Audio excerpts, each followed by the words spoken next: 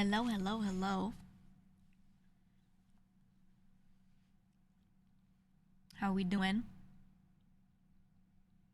Sorry, I know I said in Discord I would start in like 15 minutes, and then I started more than 15 minutes later.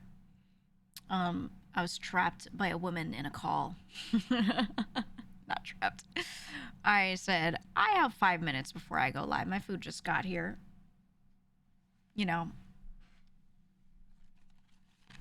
And then she was like, okay, yeah, I just needed 5 minutes. 5, you say. 5 minutes, you say. And here we are. Now here we are. You know how it goes, you know how that all happens.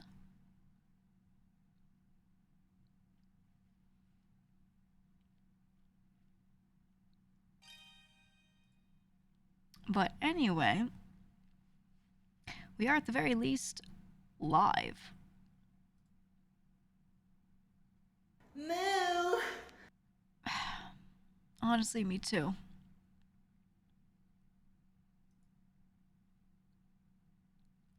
Me too. Why don't women ever trap you in a VC? Oh, man.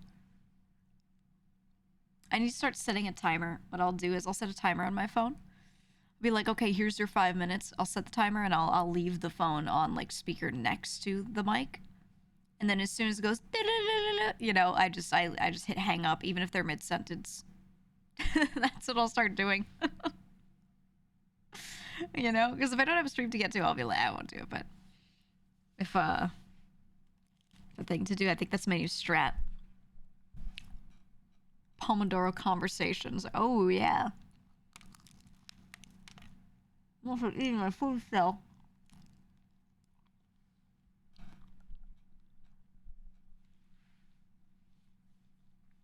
Honestly, yes.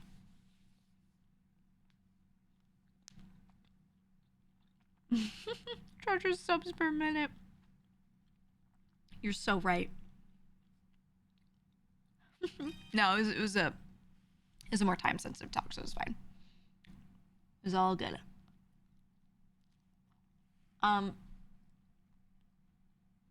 We may have a collab today.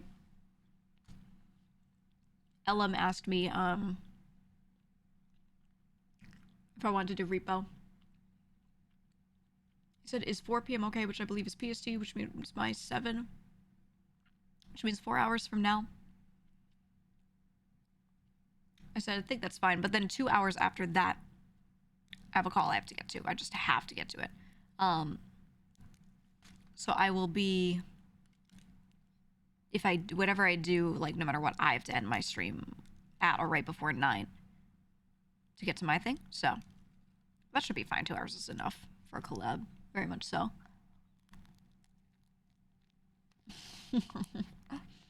Yeah, this LM guy.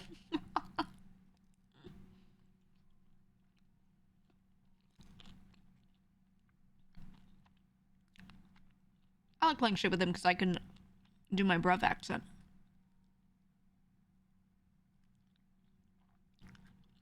What's the longest collab you've had? I don't know. I've definitely collabed with people all day. Probably like Misa and Haruka have done stuff together for like at least 8 hours for sure. I don't know what the longest collab is though, actually. Might be me and Haruka playing Minecraft. I think.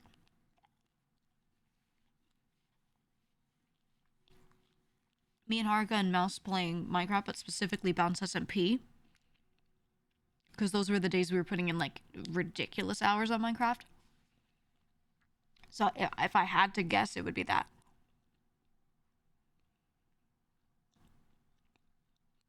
I would think. I don't know. If anyone's able to fact check, let me know. Does driving in a van with Tony for 14 hours count? Oh my god, okay. If you count being in GTA RP with someone as a collab, then maybe. Now that you put it that way. Yes, driving in a van with someone for 14 hours. I almost forgot. I don't even consider that. Oh, God.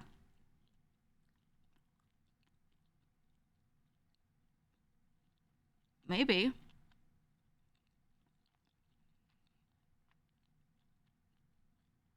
Yeah, the RP life chose me. When we raided Emily the other day, I raid, she says hi. Someone in her chat replies and is like, oh my God, are you like the GTA RP? I guess they like had only seen me through there. I was like, girl, I haven't played it in months on this channel.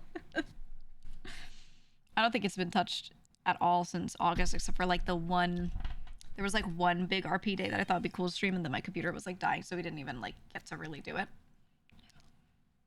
I think the only time I will stream it on main is there's a potential for events. So if someone's doing a thing on the server and they're running something like a reality show, or they're running something that's like a single day major event, and it's not something where you have to know any storyline, I think I would stream that on main again.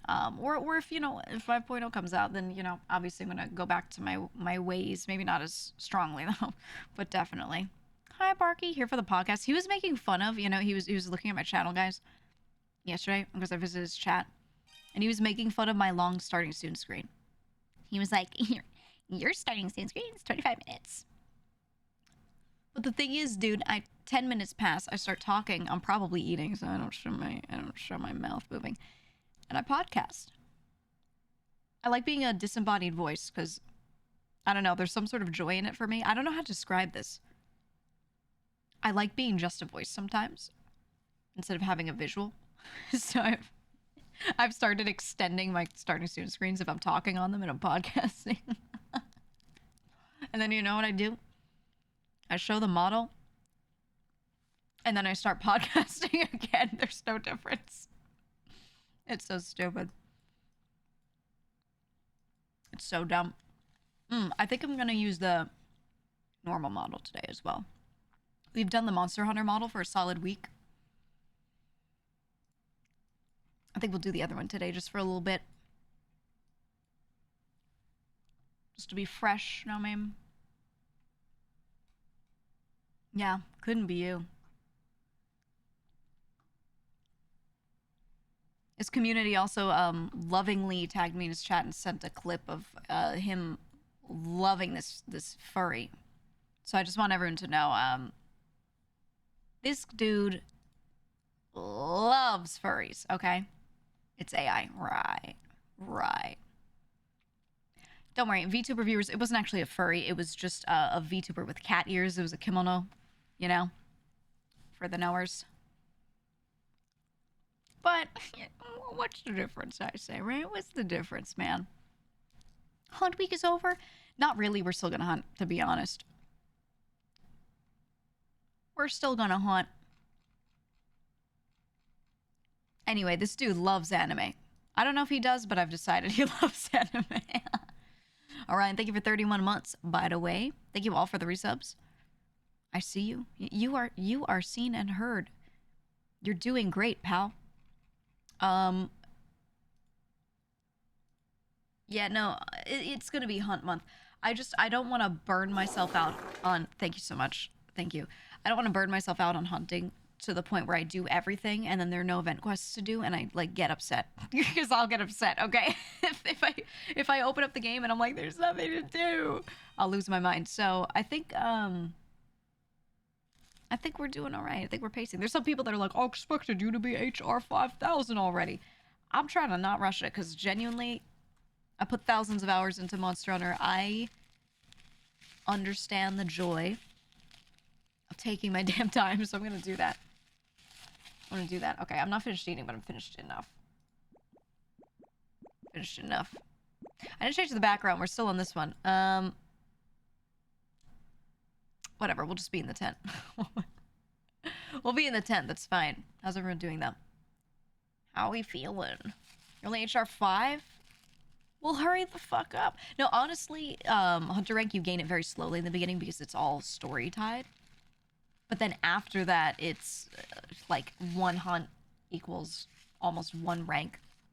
It's not that hard to grind up that high, to be honest. You just have to put hours in. That's really it. In your character's current fit. Actually, yeah, I noticed that a few people said that the armor set I have right now in Monster Hunter kind of reminds them of this outfit. They're not wrong. It's not that similar. It's the tricorn. It's the tricorn. They see the hat and they're like, oh my god, tricorn. You know, that's really all it is. People point at one character with a tricorn and they say, oh my god, she's literally you, and then they tag me on Twitter, and it's one element, but I don't know. You know, chat tends to not know the difference between like 2 similar types of pants. They think they're all the same kind of thing, so I'm not really I'm not disappointed in it in any way when they see one hat and go, oh my gosh, same outfit. It's okay, I guess. It's alright. Pants is pants. Yeah, exactly. It's not a fedora, it's a trilby. Hey, they're both terrible. They're both terrible. Are you in a movie from the 40s? Yes, no? If yes, okay. If no, hey, man. Consider a different hat, please. Actually, it's also how you wear it. I find that the way people put them on their head is not seated right, and that makes it awkward. But then if you have the exact one with the right brim, and you sit it back on your head a little bit, and you don't have a weird head shape, it can still look okay. Still not recommended. I also find that if you're an attractive person, you could do anything and people will eat it up. You could wear the shittiest outfit ever and they'll be like, oh, it's so normcore, you know? And then you could look like an average person and wear a great outfit and they're like, you look all right, I guess. Idiot. Stupid. You know, like... So let's be real. Let's be real. Oh, you're trying to wear a little fucking hat? Who do you think you are? Someone who wear hats and shit? You average individual. It very much feels like that sometimes.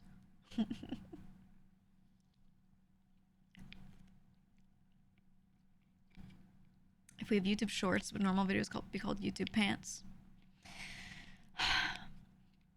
Now that one wasn't that good. But I can't help but feel like you saw that somewhere else and then typed it, and that makes me sad. And maybe you didn't. Maybe you didn't, but as I read it, my first thought was, I bet they saw this somewhere, because it feels like a thing you'd put on a mug and give to your dad. Said if it was the 40s, everyone was wearing hats. I like a good hat. I am a hat wearer, okay? I love going out with a little hat on. But it's really annoying, because I'll wear a little hat, and everywhere I go, people will be like, ooh, a hat. Oh, whoa, oh my, oh, what a hat. Oh, you like hats? Like, they just bring it up. And I'm like, what? Is there a problem? I think there are 3 types of hats people are used to seeing all the time, right? It's cold and people are wearing beanies. Or it's raining and you're out hiking and you've got the big old rain hat on. Or you're a dude with a baseball cap. Okay, and those are the 3 standard hats that no one will comment on. And then when you start going out of the genre, that's when it begins, all right? That's when it begins. If I wear a little decorative hat out, people will be like, what's that for? You fucking idiot, you know, stupid fucking hat. And I'm like, oh, I just want to put the hat on, man. It's crazy. Absolutely crazy. Bucket hats now too?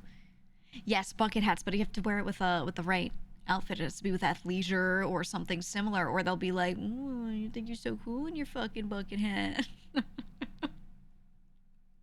Bring back bowler hats. Yeah, they're pretty ugly. They're pretty ugly. I like a little golf cap. A little golf cap.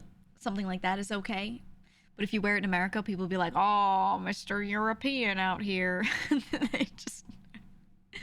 I had a friend who would wear one of those, and people would always tell him he, quote unquote, looked Irish because he was wearing the hat. They would go, "You look so Irish right now," and I was like, "What?" Here, the Peaky Blinders. Yeah, no, they would be so weird about it. I don't know, man. I don't get it. I don't get it. People have been watching Peaky Blinders. Those hats never really went away. People just wear them specifically when golfing, right? And then it started to escape the golfing sphere just a little bit. Tiny bit. I don't know. You have a wool Stetson. Ooh. Don't Irish people spawn in with that hat? I think they take it as a perk. I'm not sure. I'm not sure that they all have it. Some people still wear them in the UK. Yeah, I mean, you will see them here in New York, you know. You will see an okay number of them when it starts to get colder, and you see someone with maybe a longer jacket, right? A longer coat, not a jacket, specifically a coat, and they might wear one of those hats. But it's still kind of, it's giving Peaky Blinders a little bit. It depends on the person. I feel like the older they are, the less they get questioned. But when a young guy does that, they're like, "What's up with the fucking hat?" I don't know. But I love hats, and I'm going to keep wearing them. If people comment, I just go, uh-huh. Yep. Yep. It's layered armor. They get an high rank at 18. Yeah, all Irishmen. It's true. It's true. Where I'm from, everyone, the perk we get is a black down puffer jacket and balled up, curled up fists at all times. That's how we're born, actually. With the butters on the feet. The fucking butters. Oh, God. I remember the last time you wore a hat. Get into hats. A lot of the time when you put on an outfit and you put on more effort and something doesn't feel right, a lot of the time you're missing a hat, right? Everything from the shoulder, the neck down is done up, and then your head has nothing crazy on it. So you either need to do your hair or put on a hat or, you know, something. Usually that's what you're missing. You used to have a wide brim hat. No, there aren't that many hat shelves anymore. No, not at all. I don't know. Decorative hats went away.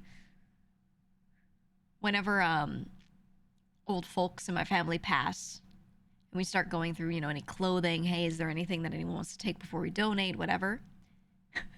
People they ask me directly. They look at some old-timey like hats and decorative gloves and things like that, and instead of getting rid of them, they're just like, they call me first. They're like, "You might want this." Oh no, Matara, you're fine. I was talking about hats. They call me first and they're like, "Hey, I think you're gonna want to see this." And then I show up, it's a bunch of little fucking driving gloves from like the 40s, and I'm like, "Ooh," you know. They know I'm the only bitch in the family who's gonna put the gloves on just to go out, you know. They're like, I know these other people aren't gonna do it. So that's just how it goes, man. You yearn for the days of needing hat boxes when you travel. No, if I'm traveling, I don't bring the, you know, anything with any sort of form or shape, to be honest. It's too annoying. Way too annoying. The bagel was good, though. The bagel was very good. I still have a chunk of it here that I'm waiting a minute on, and then I'll finish it. Need to get out cowboy hat, but that's a lot of money for something basically nothing that fits the outfit. No. Cowboy hat, you can put on any damn shirt and some jeans. That's it. And then shoes that are just not black or white, something in the tan to brown color family. That's it. That's it. You can wear fucking anything. And the thing is, I mean, I don't know how much time you've spent out in no country, but I've seen so many people wear cowboy hats and the rest of the outfit does not match at all. Not one bit. I see them in a puffer jacket looking like they need to, you know, they're going out to the grocery store in the middle of Pennsylvania in the winter and they still got a cowboy hat on, right? So fucking do whatever, man. Do whatever. Need to get more beanies with silk lining on the inside so your hair doesn't get fucked up. Oh, yeah. Honestly, I just sew in my own. I just straight up will sew in my own. It's so trust and believe. trust and believe, get your own silk caps and get bonnets and things, and just straight up sew them in. Boom. Boom. You don't see matching outfits with the cowboy hats unless it's something like a horse show. I think I've told the story, right, where I have a cousin who married a cowboy, like a legitimate cowboy, and she whenever she takes pictures with him, he's done up. He's completely done up. Full cowboy boots, cowboy hat. I don't think he wears anything but hats all the time. He just never does not have a hat on. And he's got a, you know, a little button-down shirt with the pockets on the breast area that have the funny little pointed shape to him, you know, and he just looks like this constantly. Yeah, permadirt, dude. Yep, he has permadirt on his hands. Freaks me out a little, but at the same time, I get it. You know, like, he's legitimately someone who runs a ranch. So, like, I understand it. But I see pictures of them hugging, and she's like, I'm kissing my husband. And he's, like, covered in dirt, sweaty, looking gross. And I'm just like, okay, all right. She's like, my man, hee. I'm like, ugh. Dude showers and still, like, has the permadirt. I'm like, oh. What's wrong with that? It's disgusting. It's disgusting. That's what's wrong with it. Yeah, Shlabshy Muskie. There are people that like disgusting. I'm not one of them, okay? I'm not one of them. You don't need to clean yourself endlessly. You don't need to wipe your face every 2 seconds. But, you know, I don't walk up to a friend who's covered in sweat and be like, oh, you worked so hard. And then I give them a big hug. And I'm like, wow, love when your sweat soaks through all your clothes into mine. Haha, yay. I'm not one of those, and I don't think there are a lot of those, to be honest, but I'm ugh. Don't shower, don't wash your hands, stay stinky. Yeah, it's disgusting, dude. I don't like musk. I don't like the stink. I'm very I'm very smell averse. Matara, I'm so it's not even about being clean for me, to be honest. I don't care if you're literally clean, because I'm not afraid of, you know, bacteria and shit. I'm not a germaphobe like that. I don't like smells.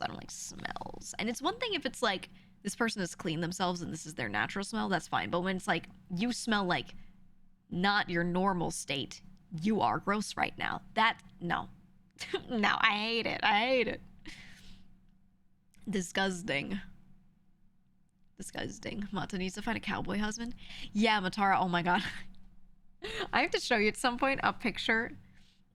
Obviously, I'm not gonna dox my cousin to my chan, but Matara, I will show you at some point. I've got a cousin who married a cowboy, and this dude is just permanently stinky. Hot cousin? No. I have other hot cousins, though. I have one who's recently single, Matara. You know, ladies in the chat.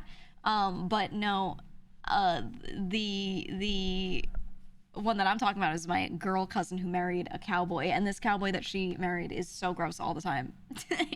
Just is so disgusting. Girl.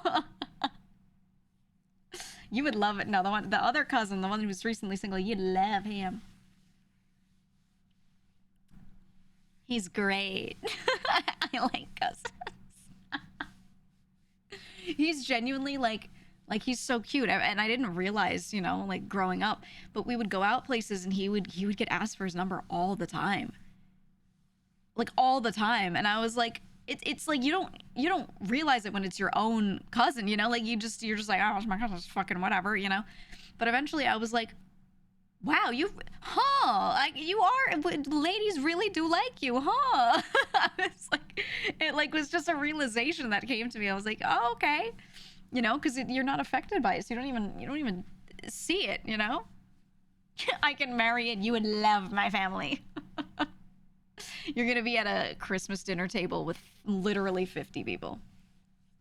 Mata's raw moment. Mata's go raw.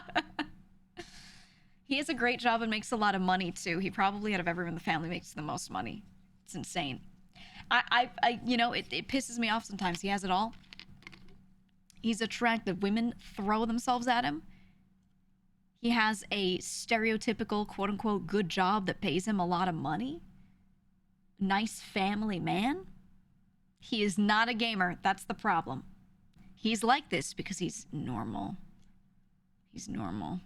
He's not 100% opposed. We used to play Soul Calibur 2 on the Dreamcast here and there. He's not anti-game, but that's like not his thing. Oh, normie. Honestly, that's fine. I think that's totally fine. The only issue is if they hate video games and they're like, you play them, you're a stupid idiot. Go to your mom's basement. And if they have that kind of attitude, then it's like, ooh.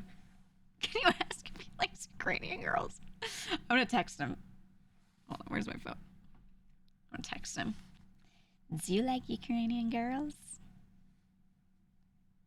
Do you like that?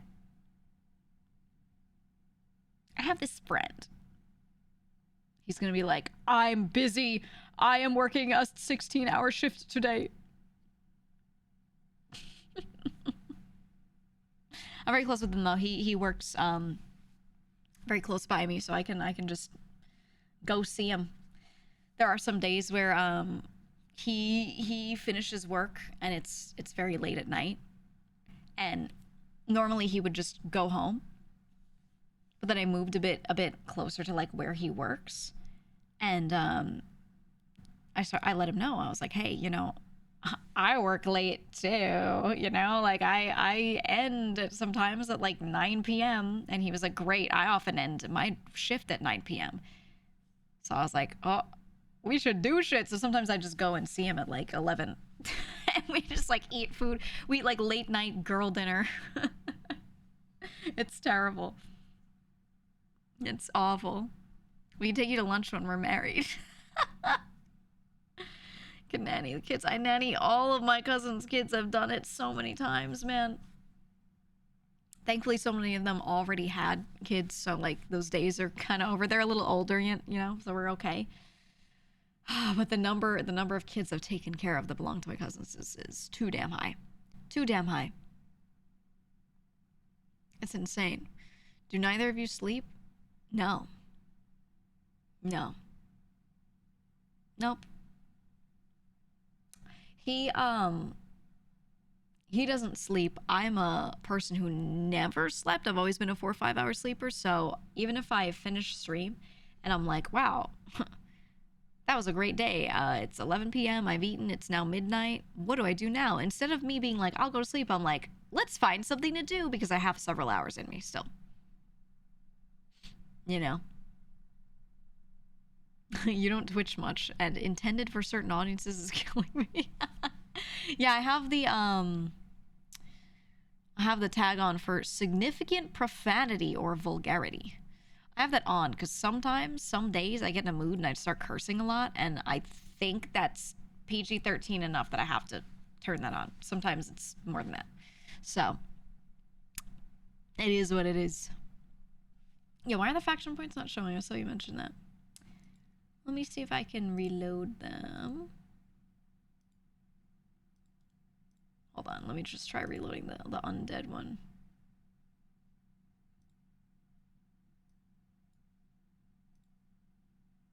Oh yeah, it's broken. It's broken. Let me send it. Oh. Nope, nope, nope. That one's good. It needed a moment. Hold on, I gotta refresh them. Hi, Alfie. People tell you swear too much. Tell them to shut the fuck up. I mean, I think it's good to be able to code switch when you need to, but on stream, I mean, who cares? In your normal daily life, who cares, man? But take that with a grain of salt. I'm from the Northeast. Okay. I'm from the Northeast where everyone's cursing at everyone all the time, and it's, you know, it's a nice thing. It's meant well, so maybe I'm a little biased. Maybe I'm just a little biased. Oh, I saw the most New York video. I was laughing. Oh, dude. I would love to share this video with you guys. I saw a short earlier.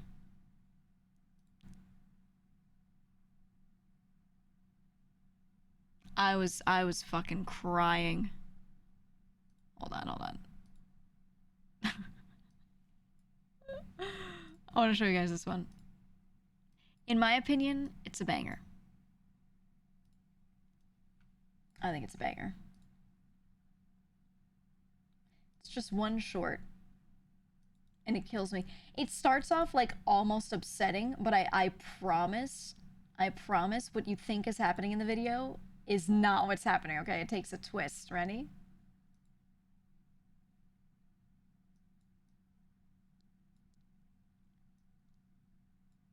He said, get off the bus. Just wait. So you throw someone off the bus and they're like, that's a kid. She's concerned, okay? This is a classic.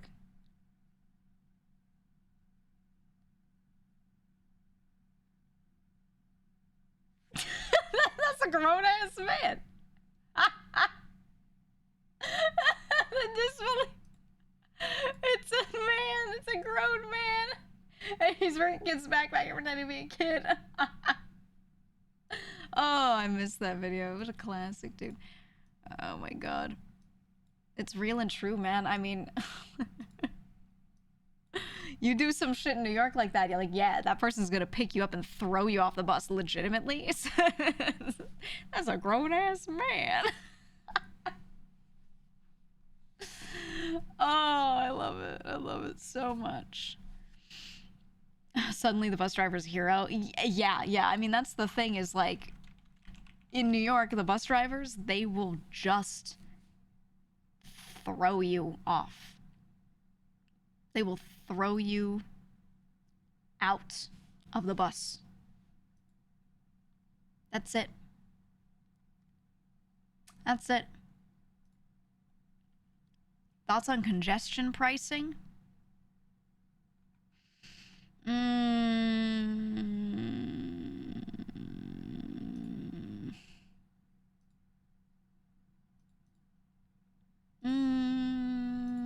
I'm trying to think of how to word this in a way, because we don't touch politics, you know.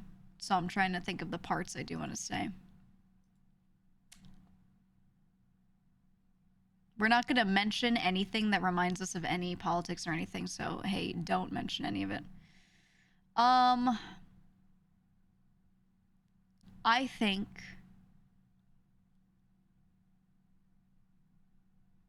think it can be great, it can be bad. It all depends on execution. Okay? Do I want fewer cars on the road in this type of city? Absolutely yes. However, that means you need to expand other types of service, right?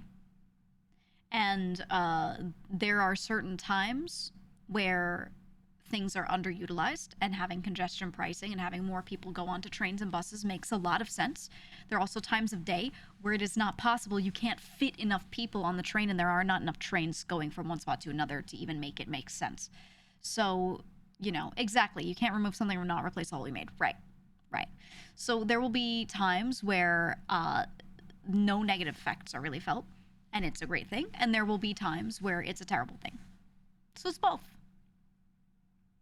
It's both. But, you know, it's really easy for people who maybe don't experience the day-to-day difficulty of traveling through the city on the most congested buses and trains already.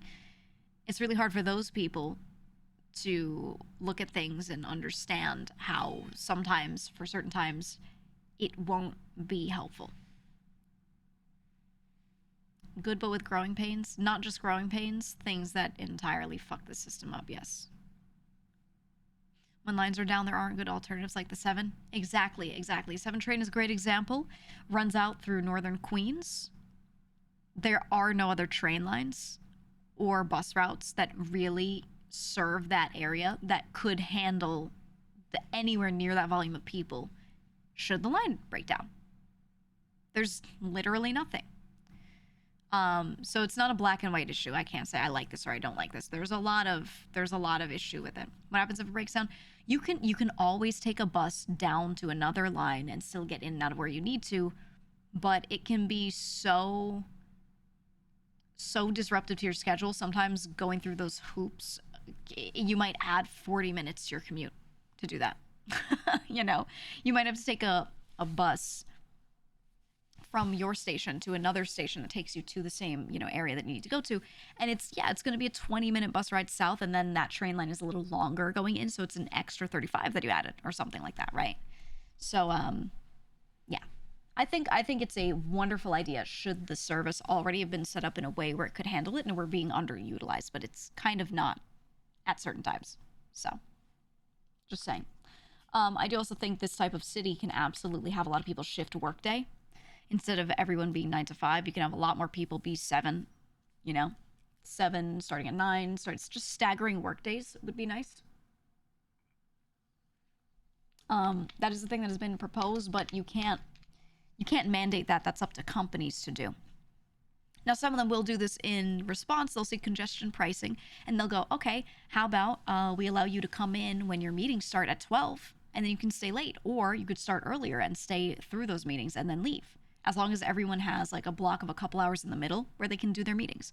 And there are some companies that do allow that. It depends on the person's role and if they can afford to do that. But there are some that, 11 to 7, right?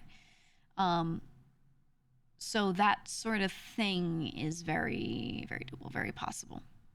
So if we embrace more remote work in New York, it would help. You know what the root problem is? Where there are all these solutions you can put, all these band-aids you can try to put on things to make it better. But you know why there's so much congestion? Because so many people cannot afford to live in the more dense areas where they work. Therefore, they live far out. Therefore, they have to sit. You have individuals sitting on a train line for 20 stops to get from where they live to where they work. People cannot afford to live near where they work and even walk to it or just take the train for a couple of stops. So realistically, all the infrastructure that is there is totally fine. But because of real estate issues, people cannot live near where they work. That is the problem. Okay? TLDR, that is the problem. All these other band-aids you can throw on it, it's not going to fix the root issue. But no one wants to fix the root issue because then they don't make money. That's all. Without getting political about it, that's purely just how it works outside of that. That is the problem. So, if there were better housing options near where people worked, this wouldn't be an issue. This would literally not be an issue. Friend of yours commuted from the Bronx to Bay Ridge to get to the office. Holy fuck. Yeah, the Bronx, Queens and Brooklyn have all been built up, and there are poor areas in there. There are neighborhoods still that are not good, whatever. But for the most part, it's a lot nicer. And the Bronx is kind of like the final frontier where like a lot of the area is considered quote unquote not good. Therefore, it's cheaper to live. So a fuck ton of people that used to live in Brooklyn or Queens and work there instead moved to the Bronx on the other side of Manhattan, like entirely north instead of southeast, and take trains through Manhattan to get to work in Brooklyn or Queens. That's it. Because that's what they can afford. And that is a big cause of the issue and why they're even considering something like congestion pricing. Because they know they can squeeze the people who do that even more. So no, I'm not a fan. I like it on paper. I think the idea on paper makes a lot of sense. But when you actually look into the full complexity of everything, it's... what a fucking way to squeeze people. How long is that commute? Mental map ain't loading. Let me show you.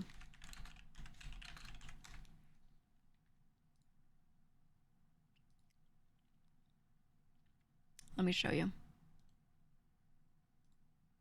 the subway map.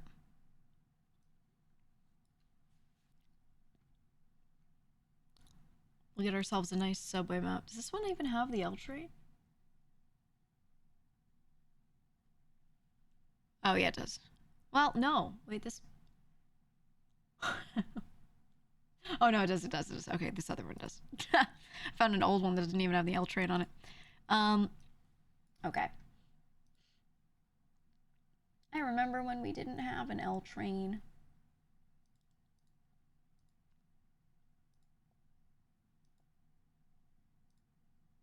All right. New York City subway map. New York City subway map. I did not move far enough. Here we are. So, this is one airport. Over here is another airport. If you were to drive between these, if there were normal average traffic, you'd take at least 30 minutes to go from here to here. At least. Which was JFK? Oh, this one. This one. It has the little air train. So this little yellow line here with the little dotted, thing, it stops along these end stops on the EJZ on these two lines. So you can take, or you can also go Ozone Park Lefferts here and just walk, or you can do the Howard Beach stop is one that directly connects. But you can get to it, and then you can basically fly into JFK and take this air train to either of these two locations, and then take those trains. Now you're in the subway network, right? So down here is Brooklyn, okay, down here. Up here is Queens. Queens and Brooklyn are kind of split this way, like this.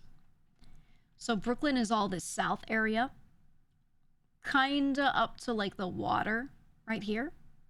And then Queens is this stuff up here and out this way. Okay, so kind of like vertical, one stacked on top of the other. And then here's Manhattan, here's Central Park, which you've seen the pictures, fucking huge it is. Even just walking along the side, people get really tired. So like you cannot walk from one end to the other. Most people. Go up here, this is just really, really upper Manhattan. And then this thing up here, so off the island of Manhattan, now we're on the mainland of, New York State. You're not on any of the islands.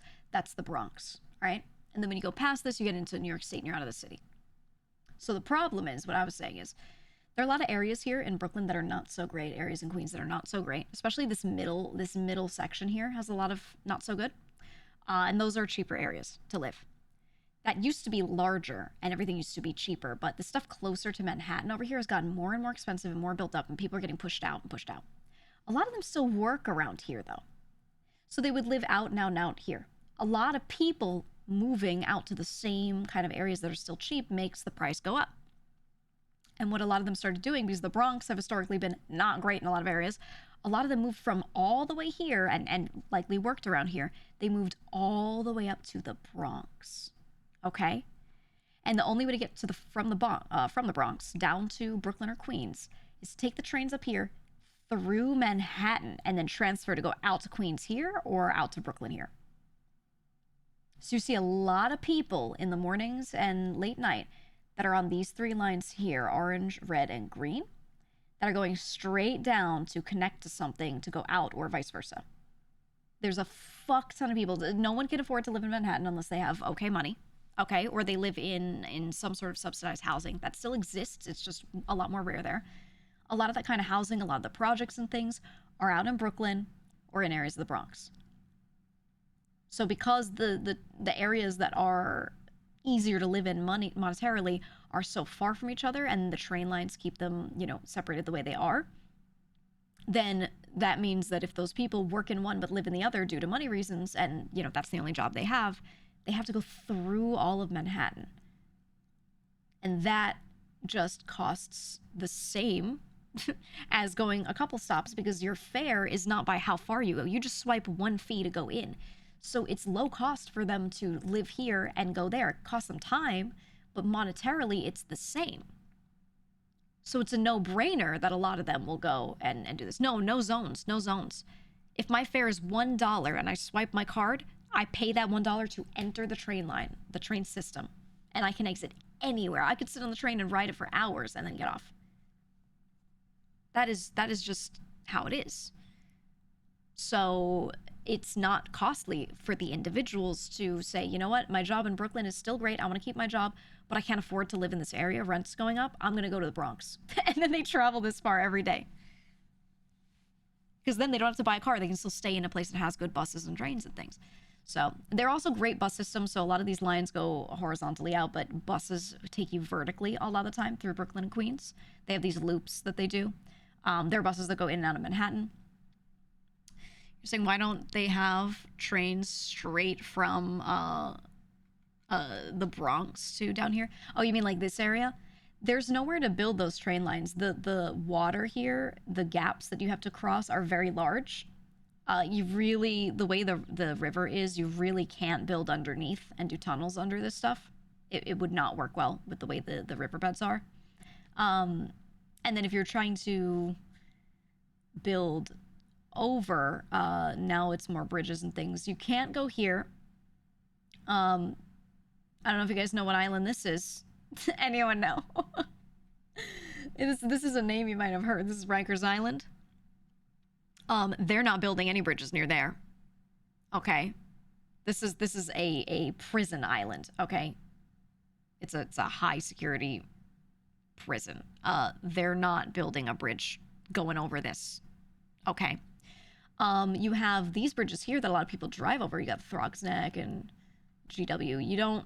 They would not be able to add another train line here. This would be so costly and so crazy, and a lot of boats go under. It would be tough.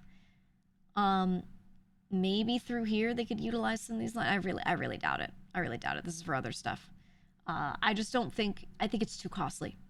And this stuff all works really well. Actually, going from here down to here really ain't that bad. There are buses you can actually take from here that will take you over. But it's just the distance that's a problem. Doesn't matter if the train lines are made better or the bus lines are made better.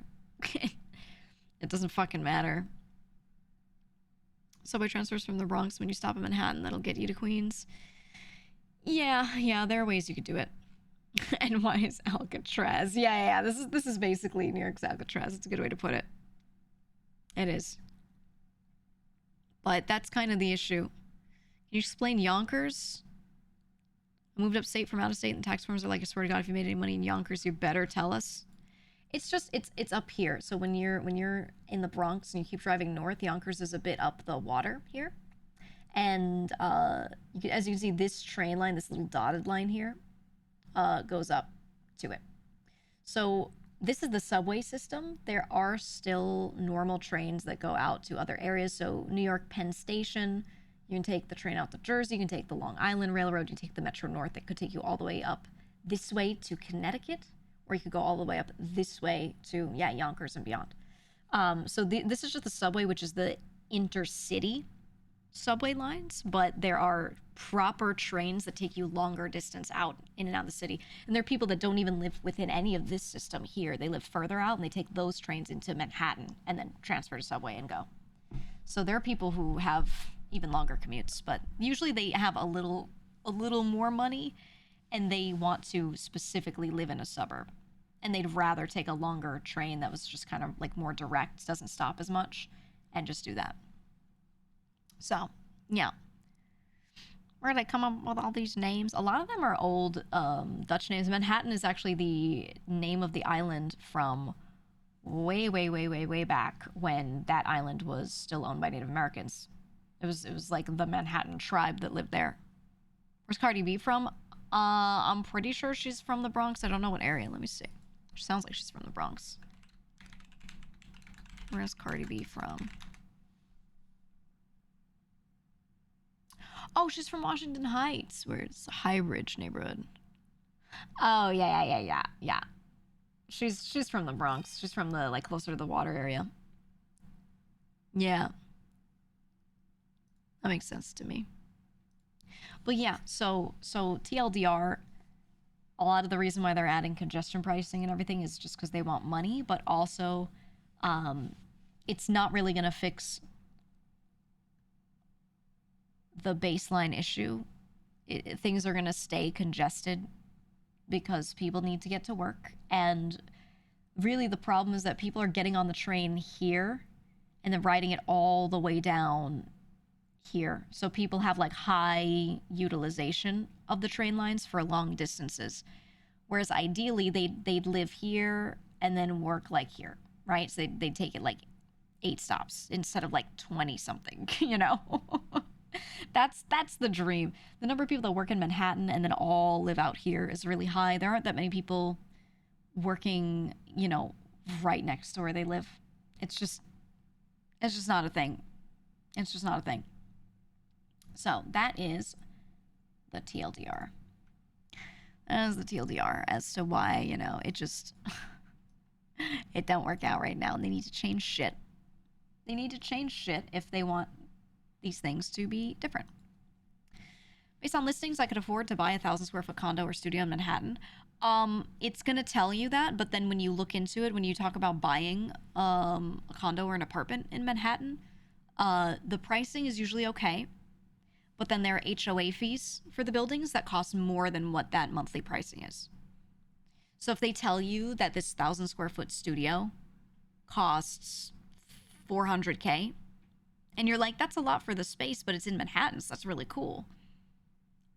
It'll cost you $400K to buy it, but then you'll probably pay another like $100K per year in fees just to own it, just to be part of that building or co-op or whatever it is.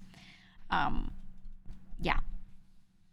Lamau, what? So one of the reasons why this is the way it is, number one, money and demand. Number two, a really big reason is a lot of buildings in Manhattan, especially, but all over the city, are on land leases. As a fellow New Yorker who has traveled all throughout the city, the trains are a bit of a give and take. Also, seeing Mayoshi pull up the NYC map was so surreal. I can't believe VTubers are real people. No, the thing is with buying in Manhattan and buying in a condo, etc., is for the most part, these it's really both their fault and out of their hands. You can buy a building in Manhattan. If you're a person with a lot of money, you can buy a building. Now, everywhere else in the country, typically, when you buy a building, you're buying a plot of land and all structures on it. Right? You buy a house, okay, you're buying actually an entire real estate asset. You're buying a home that is on a plot of land, right? And then in a lot of condos elsewhere, you buy a condo, it's part of a larger building, so you do pay some sort of fee for building maintenance or some sort of HOA fee, just to make sure that you're not doing things that affect other people in the building and blah, blah, blah. Maintenance are going up. That's fine. You do all that in Manhattan, and typically the HOA fees are a lot higher because someone owns the land that the building is on. And that person is often different than the person who owns the building. Okay?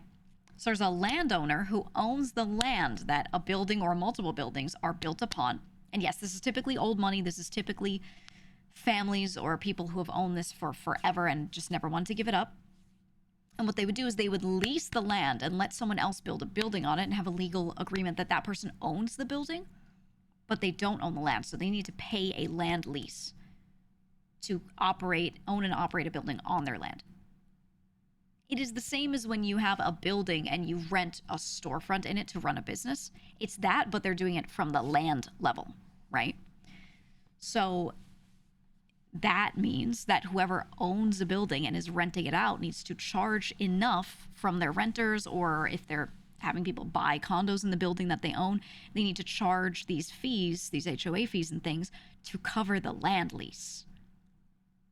Because someone somewhere owns the land. Yes, there are landlords and building lords. Exactly.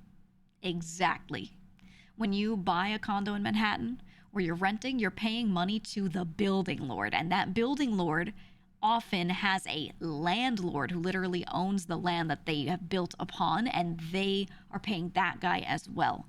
And because there's that extra layer for a lot of buildings, that's why a lot of those fees are so fucking high. Because people be like, there's no way building maintenance costs that much. It doesn't. They're not spending that much on building maintenance. They're paying their landlord so they can continue to own that building. Because if they can't pay the landlord, then the landlord gets to seize it or sell it off to someone else. That's why. So buying a condo in Manhattan often comes with, you'll look at the pricing and it looks okay, and then sometimes those fees are just crazy. Absolutely crazy. And landowners just come one day and say everyone gets out. They usually have contracts that say no, they can't. Or they can with way advanced notice.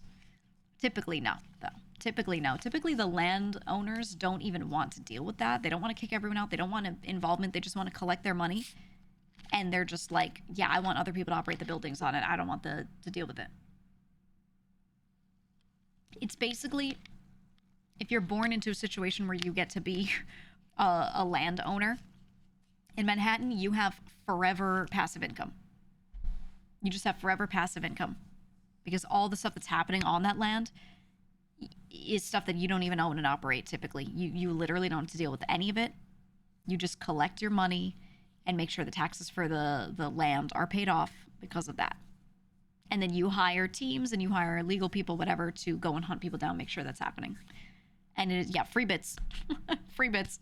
It is just, it's insane when someone has that sort of scenario. It's insane. No, that was my brother. Yep. If you own more upstate New York, you have to worry about squatters. I mean, you have to worry about that everywhere. That's been a really big problem everywhere, to be honest. To be honest. Sounds like a bunch of lords and fiefdoms. Yeah. Mm-hmm. I've never liked that system. Yeah, that's it. I've just straight up never liked that system. I've always thought it was really awful. Really, really awful. It's, yeah, for the modern age, it's weird. It's very archaic.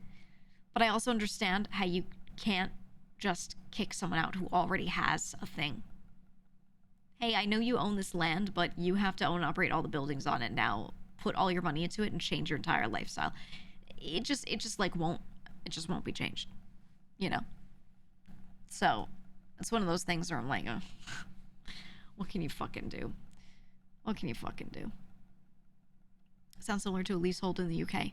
It actually, yeah, it does happen in other countries very much so. It's just that the amount of money being made on these chunks of Manhattan land is so crazy because you build skyscrapers on them, right? Like a whole huge hotel on one end of the block. You might own the whole block, so there are all these buildings on the block, and then there's one whole area where you've got a hotel, you've got businesses, you have living above. Like, it's so much money that gets passed through these landowners, so it just feels very excessive.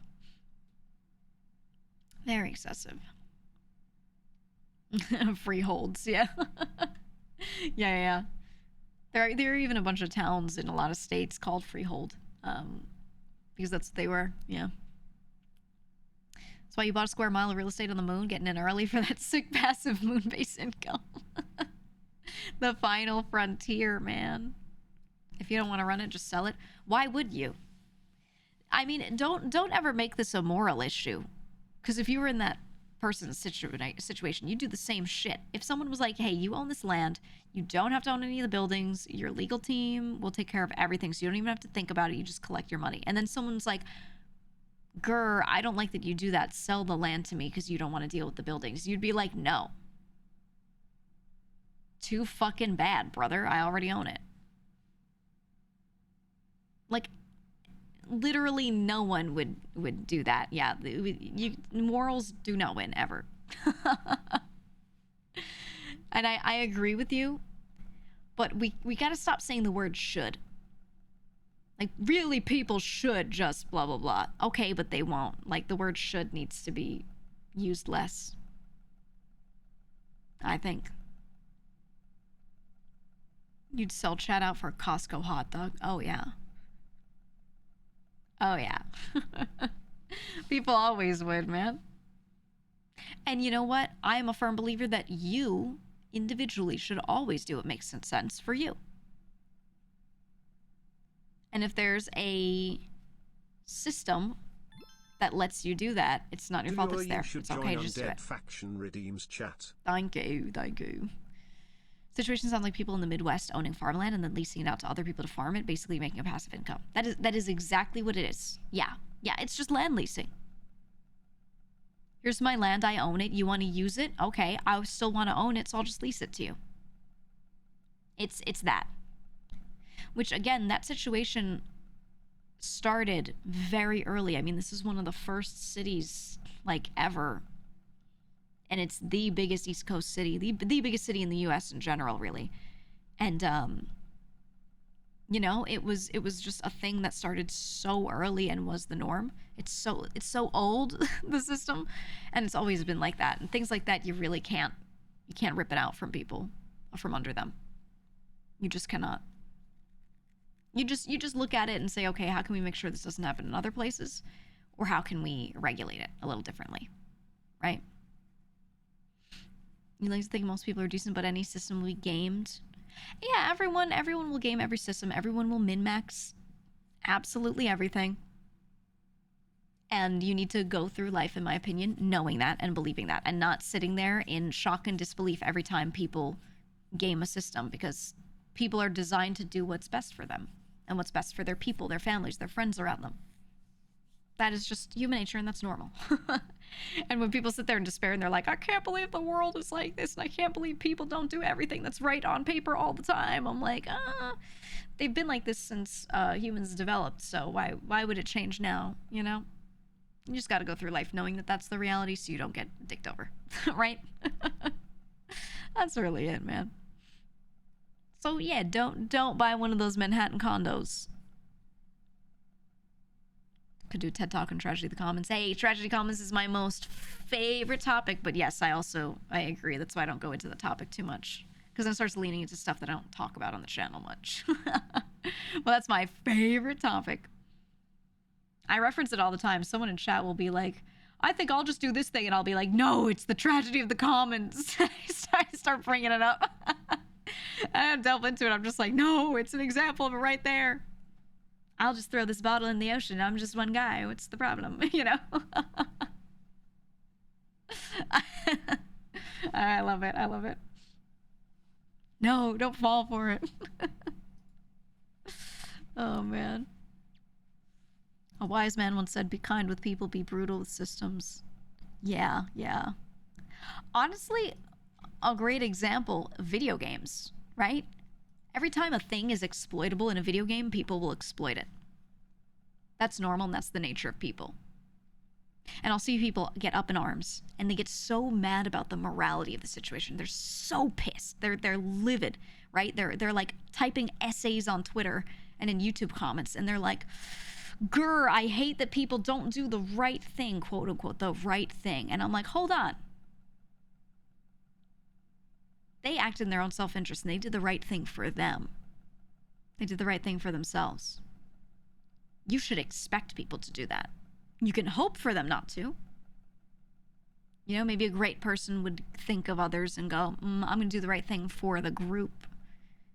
But typically, when people do the right thing for the group, they're doing the right thing for the people right around them, for their families, for their friends right around them. Which also often is kind of similar, you know? Yeah, every time a WoW bug is abused, exactly. So that's why game devs will go in and patch things out and change things, right? And that's just, you just know people will be like that. You can't like, there's no use getting super angry over it, because then you're just living in anger over humans doing human shit. I'm not saying I think it's quote unquote right or good that they do those things, and I don't think it's always okay in a lot of situations, but if you let yourself get angry over it, you will literally get angry at everything forever.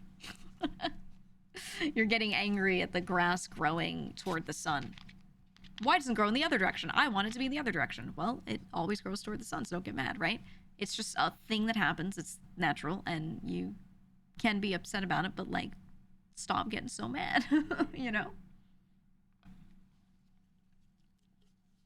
I feel like people just kind of, like, they defy nature, then they are angry all the time, right?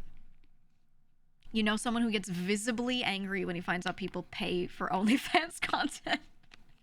That's what I'm saying. Like there's a system that exists, and people engage in the system, and then someone will start shaking their fists at it, and they'll genuinely, like, their cortisol builds in their body. Their day is affected, right? Like, they get so actually mad or very sad over something, and I'm like, this isn't worth it.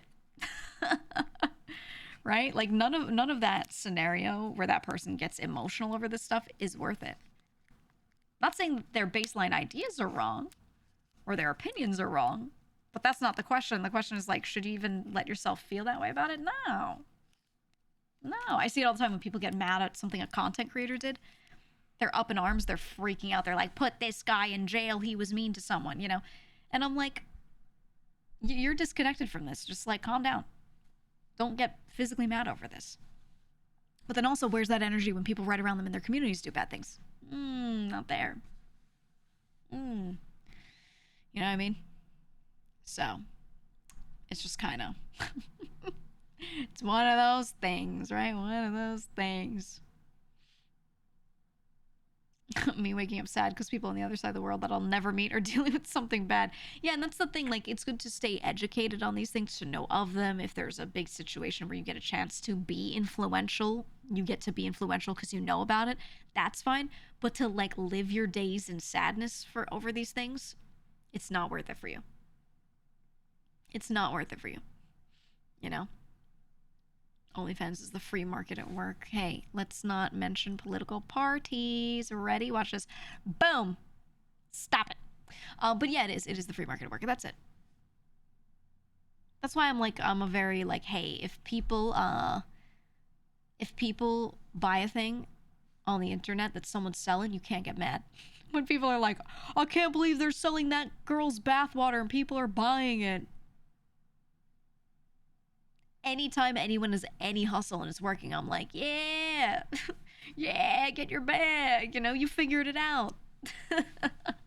That's fine. I saw OnlyFans exist. I saw the number of people able to make money off of it, and I was like, hell yeah. Yeah. Because, and then there will be people that get so upset, and they're like, there's free content of this type out on the internet. Yeah. And they still made a version that people want to pay for. That's marketing. That's creating a good product. Like, that's it. All right, let's fucking go. Right? That's just good. That's just a good thing for them. And I'd rather that stuff be monetized and the people in those things get paid fairly than, you know, they make one film, it gets shared for free everywhere. They get their one fee their one time, and then that's it. Right? It's much more fair for the person actually doing the work. So, you know, I'm a fan of that. My ass is not buying eggs until the price goes down. Yeah. Dude, you know what's crazy? I was reading a report too where they were saying that like they could see that the price did need to go up based off of low supply to a certain extent, but a lot of reports are showing that they definitely feel that the companies that sell eggs are just saying it's worse than it is. In some areas, some regions it's true, and then other regions it's like not as bad. They were a little less affected, but they're across the board raising prices up way high. Who would have thought they'd do that? Yeah. Same thing happened during COVID. It did. Exactly. So, like, there's still some areas where they're still building up these populations of their animals, and you know, they genuinely don't have as much supply in those areas. That is still true, but they're doing it like across the board everywhere. It's crazy. The price is actually going to go back down. I feel like they'll get lowered as people catch on, but I don't know if that they'll go back down to what they should be. You know, not sure about that.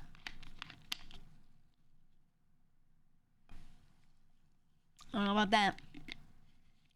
It's at this point cheaper to just buy the chickens, saying as someone who owns chickens. My dad has chickens.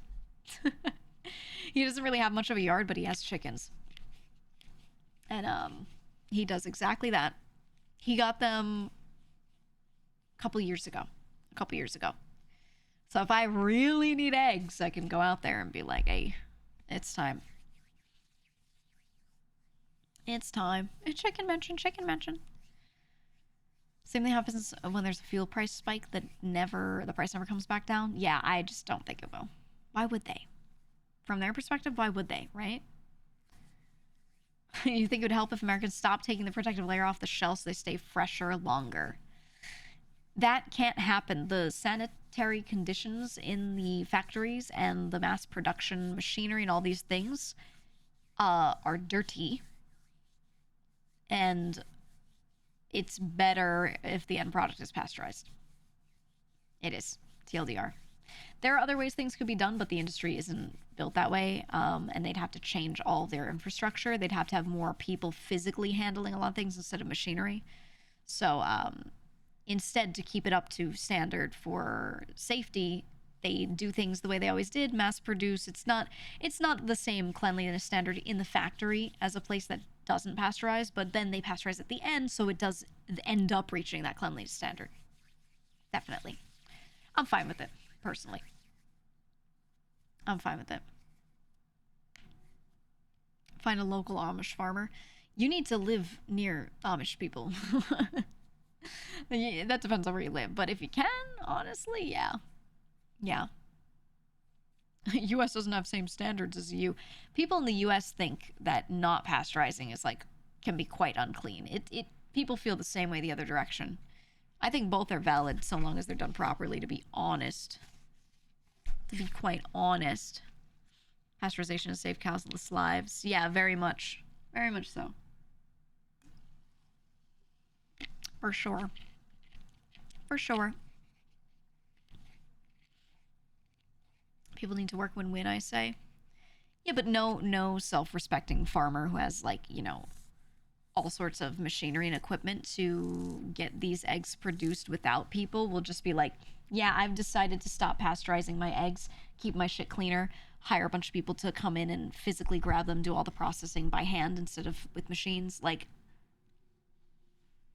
that costs so much. That costs so much. There's no reason for anyone to do that. No reason. They can be brutal with their prices too. Yeah, the Amish. It's true. They're aware. They're aware that what they do is unique. So we need to lay our own eggs. Honestly, yeah. I think you guys just need to start roosting. That's really the answer here. Take matters into your own hands. Okay. Get yourself in the coop and get going. Get going. That's all you gotta do. I also think it's easy to just not eat eggs. I love eating eggs, but there are other foods out there. Okay? We have an abundance of other foods in the US, so you'll be fine.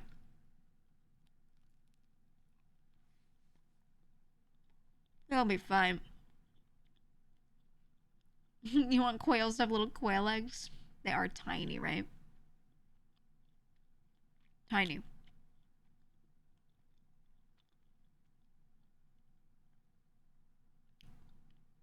Saying, stop pasteurizing, it's the cuticle. Yeah, they in layman's terms, they'll just call it that. America removes it for some reason. It makes eggs more prone to salmonella. True. Costs more due to the cost of refrigeration it creates. It would take less time and money to do literally nothing. You're thinking about this as if there's one owner of the whole process, though, which is why that's incorrect. TLDR, it is cheaper on the people producing it. It takes less time and money for them to do that process, remove the cuticle, make sure that there are other... Yes, it makes the eggs more prone to salmonella, but it makes them less prone to other things that are very bad that they can also get. So it ends up being better for the manufacturer to do that. And then if there's more cost on refrigeration, great, that's taken on by people after they sell those eggs off. So if that process were all under one umbrella, then what you're saying might be true, but no one thinks of things like that. That's not how industry develops. It develops by people doing, again, what we were talking about earlier, what's right for them, right? So someone who is producing eggs is only thinking about their own costs within their part of the whole process that they own. And then should things get more expensive for people afterward, they don't care. They do not care. Right? That's it. TLDR, they don't care. They're doing what's right for them. And then, yeah, when an industry is already built up a certain way, changing it is so costly that it is often not worth it. But, yeah. Yep. I'm not an expert. I'm not either, but, you know, I've looked it up enough. But realistically, when industries develop, again, it's all people acting in their own interests. So even if I see people talk about this all the time, they'll talk about car production, and they'll be like, oh, do you know it's actually more expensive to do this thing this way and that thing that way, and the cost of the car and blah, blah, blah ends up being so high, blah, blah, blah. They're acting like it's one company, one guy doing all of this, but there's a separate manufacturer for every single part. There's a separate factory that assembles the parts. There's a separate company that's shipping these things. There's a separate person who's then getting these things and selling them to consumers, to the end user. It's all different people in different companies, and they're all doing what's cheapest for them individually with the options that they're offered in that moment. So you can talk about these big meta discussions about like what has the biggest carbon footprint, what has the most costs or whatever. Literally no one cares because they're not owning the whole process, you know? Yeah, John's supermarket does not own the egg farm and everything that touches the eggs and the shipping company that moves all the eggs to his grocery stores, you know? So like that's why a lot of these things we can't boil it down to that. You can't be like eggs are better not pasteurized, it'll cost less to who? It's going to cost more to someone at some point, right? And that guy's not going to let that process happen because that guy is going to be like, nah, I'm not paying for those extra workers, right? I'm just going to use my factory because it's cheap for me. So, and that is why the free market develops the way it does. That's it. That's all. That's why farmers markets are great, because there are fewer middlemen to pay. I agree. That's why, like, one of the initiatives that is always good is when people are like, oh, just buy local stuff. Just buy local stuff. Because, yeah, you're cutting out as many middlemen. Really, anything where you can cut out as many middlemen as possible is usually the best way for you to be impactful in building out parts of markets that are more small scale like that are, you know, like, again, just local. It's just better to focus on that sort of initiative. Because it addresses some of the root problems you think of. And then you might find someone who doesn't go ahead and, rip the cuticle off the egg, right? Because they don't have a factory, because they do pick things by hand. And if you always buy it, and a lot of other people start buying those, then that market builds. Ta-da! Right? Like, that's literally the only way those things can kind of happen. If that makes sense. We would actually have a free market. We're not getting into that discussion. Woo! Buying from a middleman will always cost more than from the source, but it allows producers to sell sooner and take less risk. Yeah, there are a lot of reasons why people would rather sell their produce instead of to the consumer. They would rather just sell it to one person who aggregates everything and then sells it at a store, right? They get this guaranteed, I get them paying a little less for my product, but they'll always buy my product, and I don't have to go to that farmer's market to sell it. I don't have to hire someone to go and sit there at a little stall. I don't have to own an easy up tent and a folding table to go sell it at, all those little things. It's a lot of effort. So they're provided a great service by these people who just want to buy it up, It genuinely makes sense why someone who is a farmer would just sell to the big man that wants to sell the supermarket every time, genuinely. Then again, if you're willing to go pay those prices all the time and you're always there's a great market at the farmer's market, a lot of people, then they might be more inclined. So it's quite literally on people at the individual scale to sit there and try to buy, only from those kinds of places, etc., if they want things to change. And then everyone collectively has to do it. But Costco's too convenient. So TLDR, none of it will ever happen. Lamau. Right? Would you say mantra? Easy for the human mind to reduce things to a feasible scale. Yeah, exactly. Something I've always said is people, in general, have a really hard time imagining things and understanding things at scale and at the complexity they actually are.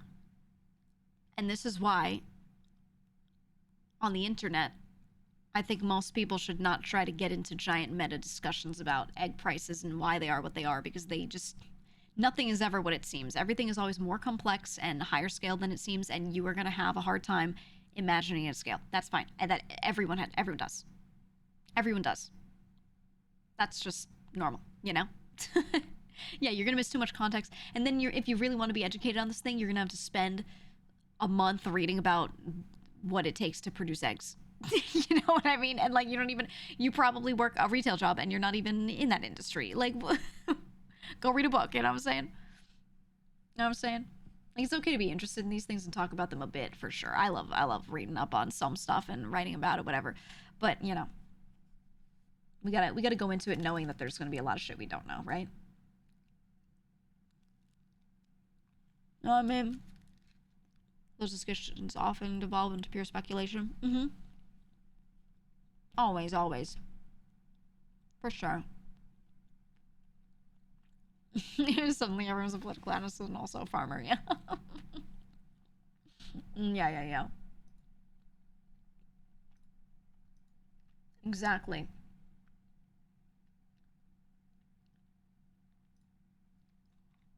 Exactly.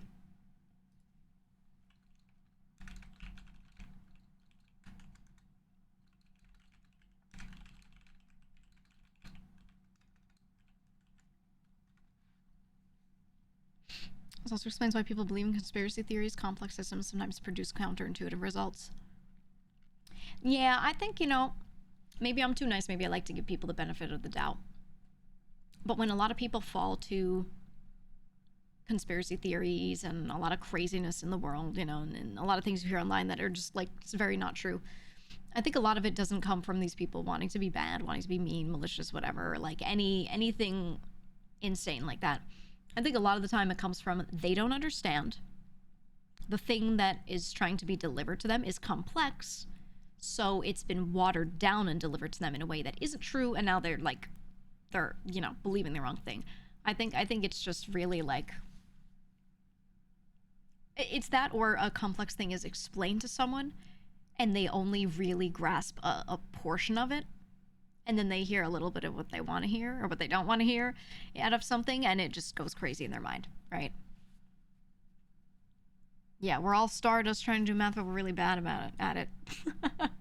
Speak for yourself. No, it's true. It's true. It's so true. So that's why I don't really get worked up about any of that stuff, because I'm just like, people just don't get things. They just don't know or understand things.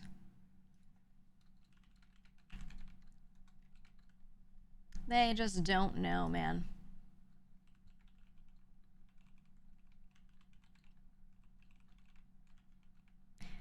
Oh, you worked in aerospace for years. The idea that many people could successfully fake the moon landing perfectly always struck me as incredible. Oh my god, I know. I know. For me, you know, I have the work background that I have, and I see a lot of people claim a lot of things that are so insane, completely impossible or not going to happen, not feasible, and they're like, oh my god, this thing is happening, oh I bet this, oh I bet that. A big one is always a horrific misrepresentation of data and misinterpretation of data that I see all the time. And I always want to be like, actually, you know, and explain why it's wrong. But you know that this got here in the first place because people cannot understand these things without being sat down like they're in a classroom, and they don't want that. So it's just not worth it. It's just not worth it, right? And it's just one of those things where I'm like, it's time to play video games, right? It's time to go talk to chat or whatever. Instead of actually like dwelling on a thing or trying to correct someone on the internet or some shit. It just ain't worth it. I feel that way as a creator, you know how many times like someone will say something crazy about a content creator and you're like, that's not what they said at all. Like, or that's not what they meant, or that didn't even happen on their stream. And you'll see people like replying to people and going crazy and arguing back and forth. It's just not worth it. People literally see and hear what they want, so you just don't even try. You really just don't want to try. GT knows experience. Thank God I don't read that chat. I go in occasionally, like drop information.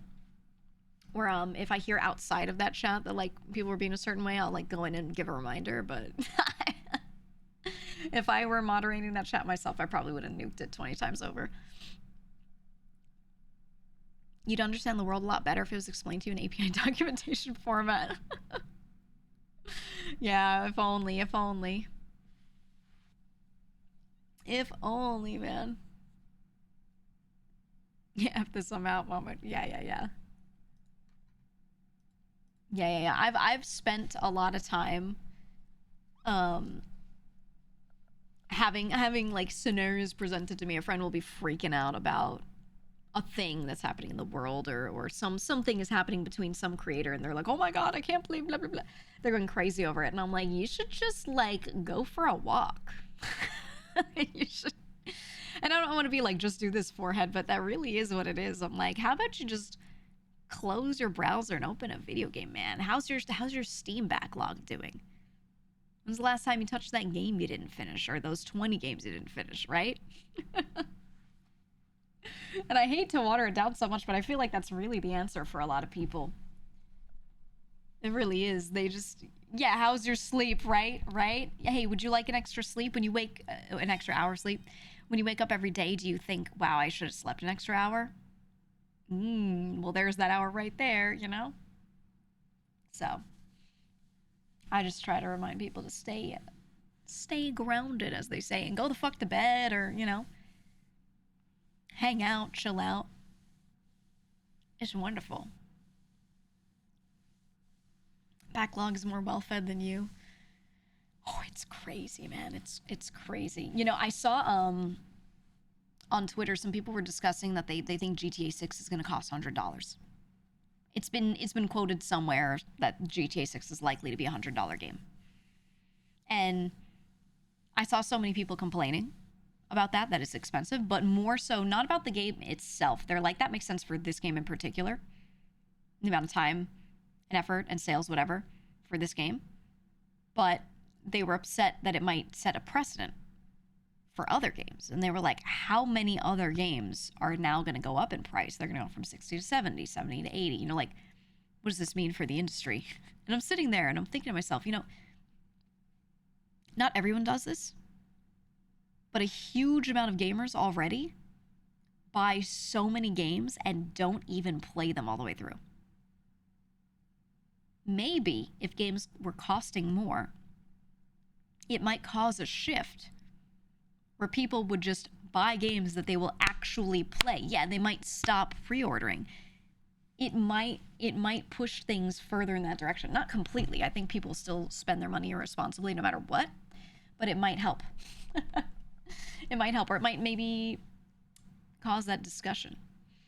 Large number of players don't finish the games they buy either. I've seen data quoted from Steam itself saying like majority of people do not make it past like the first couple of achievements. A lot of games have achievements that you get as you finish chapters of the game, so you can kind of see people's progress.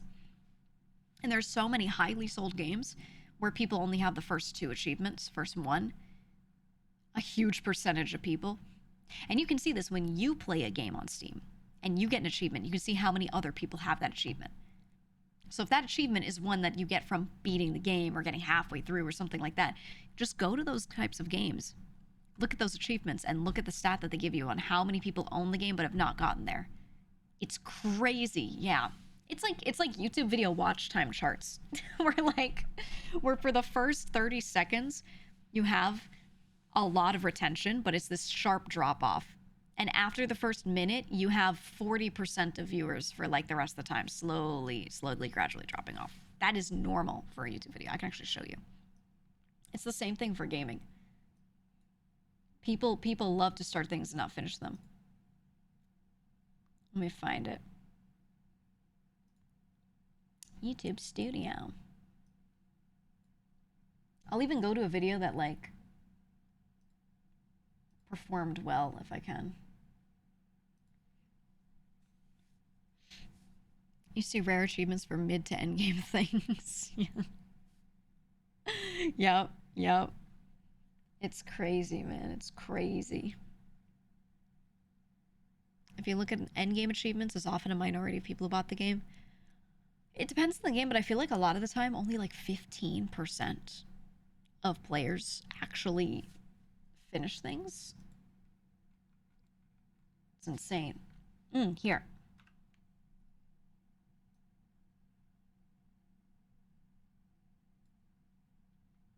Okay. I'm going to show you a chart. This is on my video called Getting Cancer Turned My Life Around. So is my more recently posted video. Okay. And it's done well. It's almost at 240K views. It's at 235. So a wonderfully performing video. Okay. Here's what the retention chart looks like. And this is a pretty good one, by the way. It's showing how many viewers are still watching that clicked on it, okay? You see that hard drop-off of people just leaving? This is actually very normal. Almost all long-form videos do this. Yeah, for a 35-minute video, this is actually quite normal, okay? Yes, it looks normal, if not really good. Actually, this is actually great. This is a great chart, genuinely. This is genuinely really good, okay? So I want to put that in perspective. This is normal, and if anything, quite good. And that is just on a YouTube video. This one is 35 minutes, so it's a little long. It's a little long. Let me find another one. Let me find one that's shorter.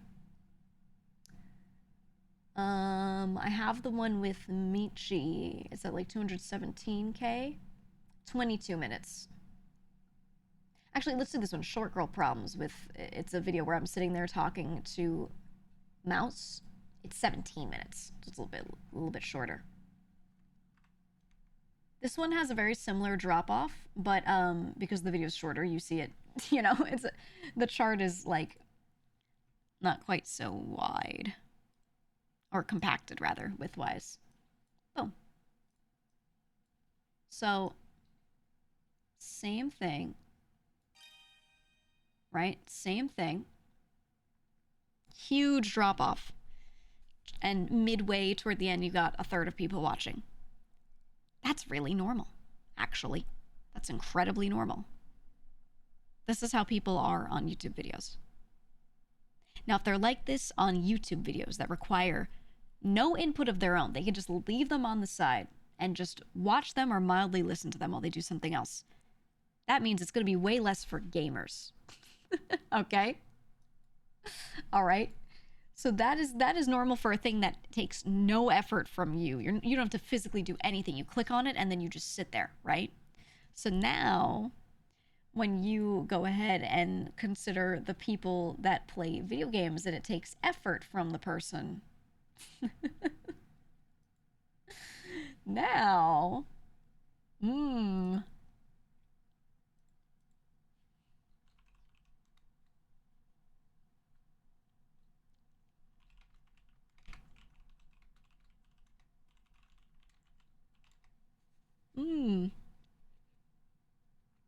does this count people with 8 minutes who watch full but with speed 2 times? Yeah, it basically counts you if you're watching at every single timestamp.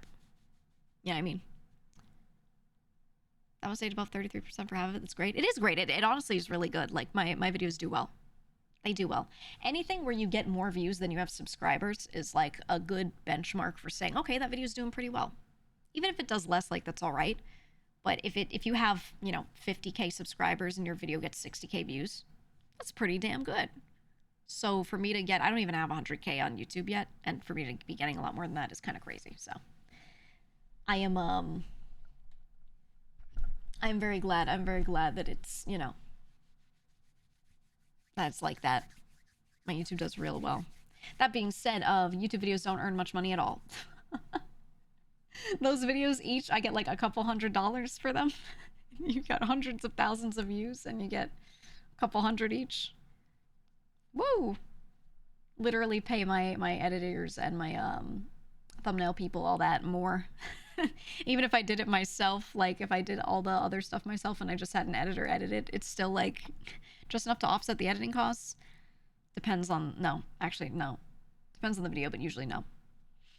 So, it's funny like that, man. So when I see someone running a YouTube channel and they're getting 20K on every video and they're posting weekly, I'm like, how much does this cost you? It's scary.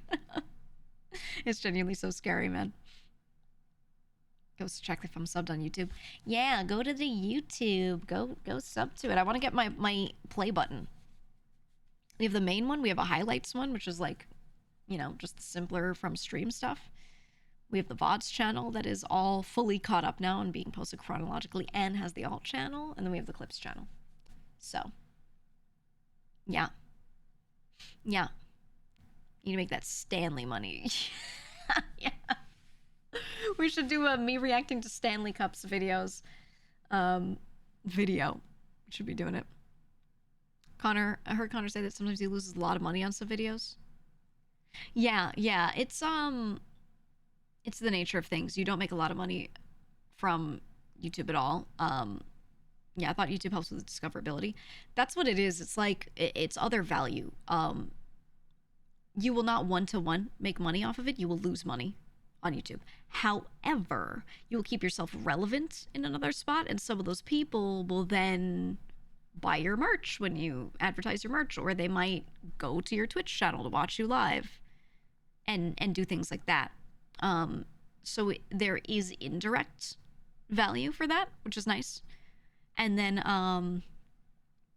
I do find if you stream on Twitch especially, you have to do that because Twitch doesn't have discoverability for you outside the platform, right? People might find you on Twitch while you're live and that's it. So, you know, that at least covers the production of the video. Usually not. No. For most people, no. Genuinely, it does not. But yeah, it's good to exist on multiple platforms. Yeah, like if this all burned down today, I could just go to YouTube and I'd have at least something there. I'd have videos with hundreds of thousands of views and I'd be able to be like, hey, I'm just going to stream to these people now. If I had to, right?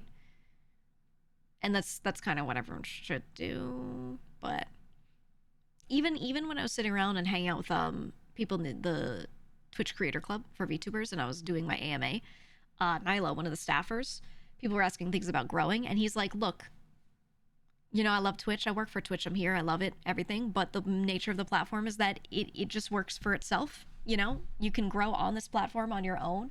But if you're really looking to grow, you need to be elsewhere too.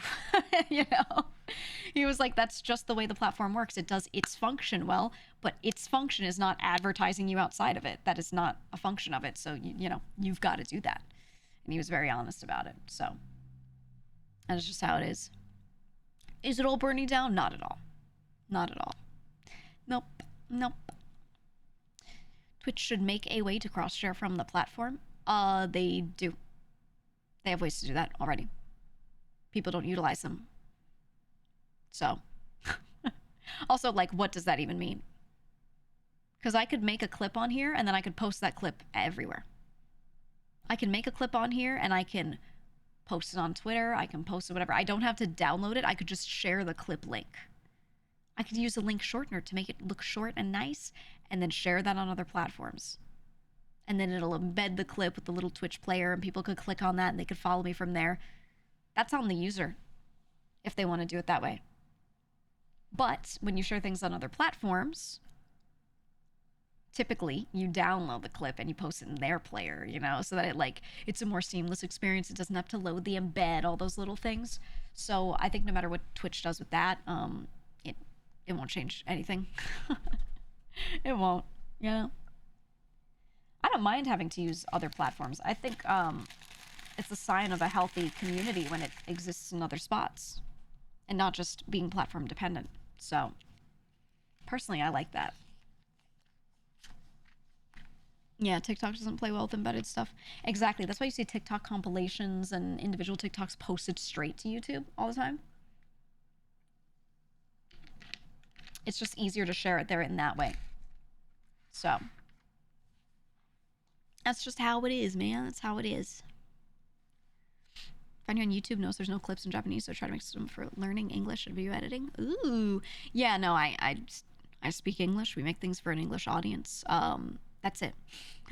I think if I made a lot of money, like a lot of money, I would consider having an editor also go ahead and translate things maybe and upload, you know, subtitles and stuff like that. But it's just a cost that I cannot take on.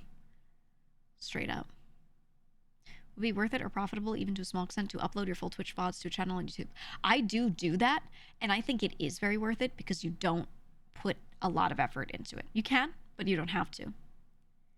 Right? Because I could pay an editor a bunch of money to edit a highlight of a stream, right? And I've now put a lot of money into that thing, and I'm hoping it works. I could also create a VODs channel. You can direct. Twitch makes it really easy for you. They genuinely have wonderful tools for this. They make it so that you can link your YouTube channel and your Twitch channel, and then you can go to your like Twitch content area where you like see all your videos, all your VODs listed, and you can just press a button and just say export to YouTube, and it will just go boom, and just take time and direct send it to that YouTube channel. And then from there, you go to your YouTube channel, you look at all your videos that are privated, you know, and it'll be in there, and you change the title, you can change the thumbnail, and then you let it be published and publicly visible. That's it. It's really easy. It's not very time consuming. Yeah, it adds hashtag Twitch to it. Yeah, but you know, you change that yourself. You just spend a few minutes after stream, a couple of minutes doing that, and anyone, even with no editing skill or anything, can do that. And then on YouTube, if a video is, I believe, under 6 hours, maybe it's 5 hours. I think if it's under 6 hours, you can use YouTube's little trim tool. They have a couple tools that you can use to edit videos if they're under that length. So if you didn't stream over that many hours, you know, you're like a 4 or 5 hour streamer, you can auto export to YouTube and then use their thing to cut off your starting soon or some ending stuff if you want. And there you go. Boom. Uploaded. Ta-da. So, now that being said, there's not a huge market for VODs, so you're likely not going to get a lot of views, but at least it's so low effort that I think it's like kind of worth.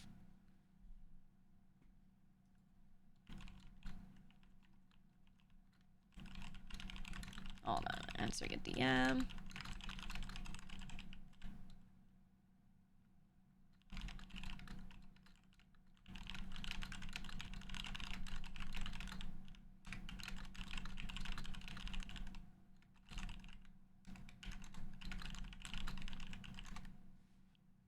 There we go. Very cool for archival stuff. You know what? You know what Northern Line does? You know what his process is? You know how when he starts a segment, he starts a game or a thing, he'll hit the marker button. He'll be like, all right, setting a marker here. Hello, everyone, we're starting. And he'll like say an intro so that it works on YouTube. /marker. What that does is on his Twitch video editor, when he goes to that VOD, it will have these little markers on the timeline, wherever he put them, and he can label them or whatever. And he'll just go between the markers. And now you can use Twitch. They have a tool to make highlights. So you can take a VOD and you can say, make highlight out of this. And then you drag and drop the beginning and end timestamp. And there you go. That it creates a highlight. You can then do the same thing I mentioned for the VOD channel. You can take that highlight, auto export to a YouTube channel. So again, you don't have to download anything. So you can do exactly what Northern Lion does. He streams for what? Exactly 5 hours almost each day. So it's always under that like YouTube limit. /marker, you type it midstream, right? When you do the thing. And then you cut out the highlight, you auto export to YouTube. From there, you've already got on YouTube, you can just delete it. Yeah, so it's not at your hour limit. If they're adding the hour limit, literally doesn't affect anyone if they're not keeping them on Twitch. You can just delete it. You do that for, you know, the 2-3 segments you wanted to save out of the stream. Auto upload them to your YouTube. They're 20-40 minute segments. Boom, now you have a Northern Lion style channel that you can just run yourself with an extra 20-30 minutes a day after stream. Maximum. There you go. Ta-da. That's it. That's it. It's really, really, really easy, genuinely. And that's why he does things the way he does. Instead of running a highlights channel that's like ultra edited, he just does it that way because it costs him like nothing to keep it going. And if you hire someone else to do that, it won't cost you much because that person will put very little time into it. So genuinely, that's the way. That's the way. And it's just him, you know, using the tools that Twitch already has and that YouTube already has baked into themselves as best he can. So, work smarter, not harder is all I'm saying. That's all I'm saying. I do have my, my entire, VOD channel, but part of me wonders if it would be good to have done it like an NL style thing. Instead of saving the entire VODs, just cutting out segments and saving them as VODs. But I already have 4 channels. We're chilling. You know? We're chilling. The highlights are typically edited, not unedited, so. I don't know how Blue a highlight channel works because they be uploading stuff of his stream while he's streaming. When you have editors of your channel, typically they can just open your VOD and download things actively. Also, there are some people where they will keep their editors on hand and they will be actively recording what's going on. That one's a little crazier, but there are some people that do that. That's kind of nuts, though. B/marker for when we switch between public transit and real estate topics. Honestly, yeah. No, I hate editing, I hate uploading stuff like that to YouTube because you get semantic Andes. I don't want to deal with it. You get, if you think Twitch chat is bad, you get all the armchair experts showing up, right? You get, like, the armchair doctor, you get the armchair physicist and whatever in YouTube comments. So I love talking about those things here on Twitch. Also, because if I say something that's maybe, like, not quite right and someone wants to go, oh, actually, it's this, and I go look it up on the spot, and we're like, oh, yeah, it is that. You know, like, we can do that live. You can't really do that, you know, and on YouTube. And so I just don't love uploading stuff like that as much because you just get so much of that, And a lot of the time, those people are incorrect or they lacked context. So there are times where I've had people, we've even, at times, even deleted clips because there were just so many people being like, oh, actually, it's this thing. And they're missing context of something that I said, or they're arguing a point that just isn't the right one. Like, we weren't talking about that. We weren't talking about that. And, or they watch part of the clip and they're like, oh, she claimed this, but that isn't blah, blah, blah. And I'm like, you didn't even watch the part later where I clarify and, you know. It's not worth it. TLDR, it's not worth it. So, some things I avoid having us put on YouTube because I don't want to deal with it.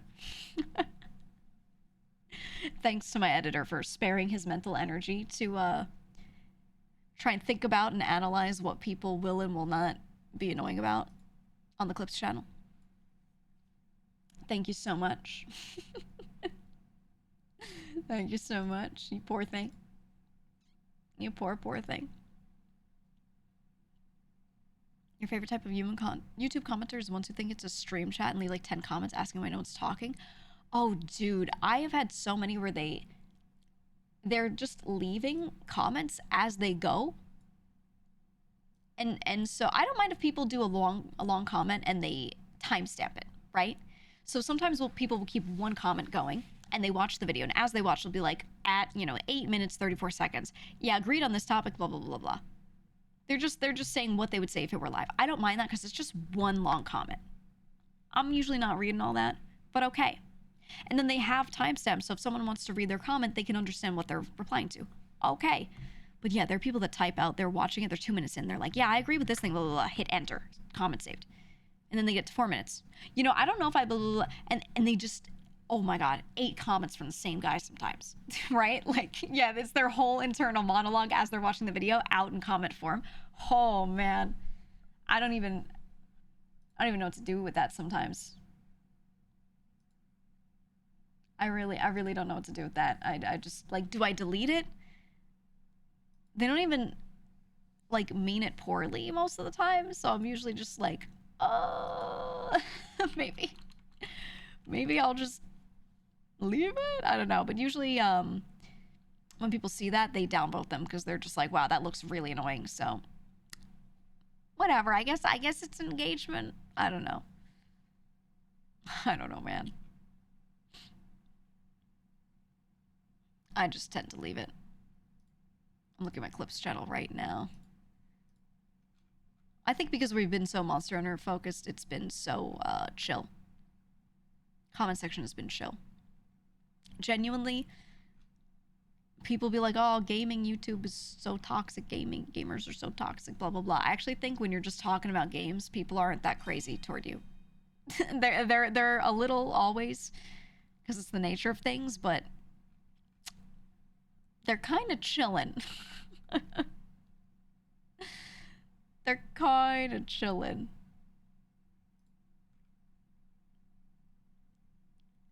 Internet learning is okay to not put your internal thoughts on blast. Yeah. Yeah. No thanks. No thanks. Sounds like a fundamental misunderstanding of what the system's designed for. I think it'd be nice if YouTube kind of restricted people from spam posting like that. If they just straight up made it so that you could only add like one comment per day even. Or at all. At all. Maybe you can just leave one and then you can go back and edit yours, but that's it or something. Or reply to your own in a thread. I don't know if they would ever implement that though. Feels like a feature that maybe it's not worth it for them to add. I don't know if they count comments from the same person over and over as like a good thing. It's engagement. Or if it's, you know, rapid fire from one person, they just count it all as one comment and kind of collapse it. Or if it works negatively and they're like, oh, it's getting spammed, let's nerf this video, you know? I don't know.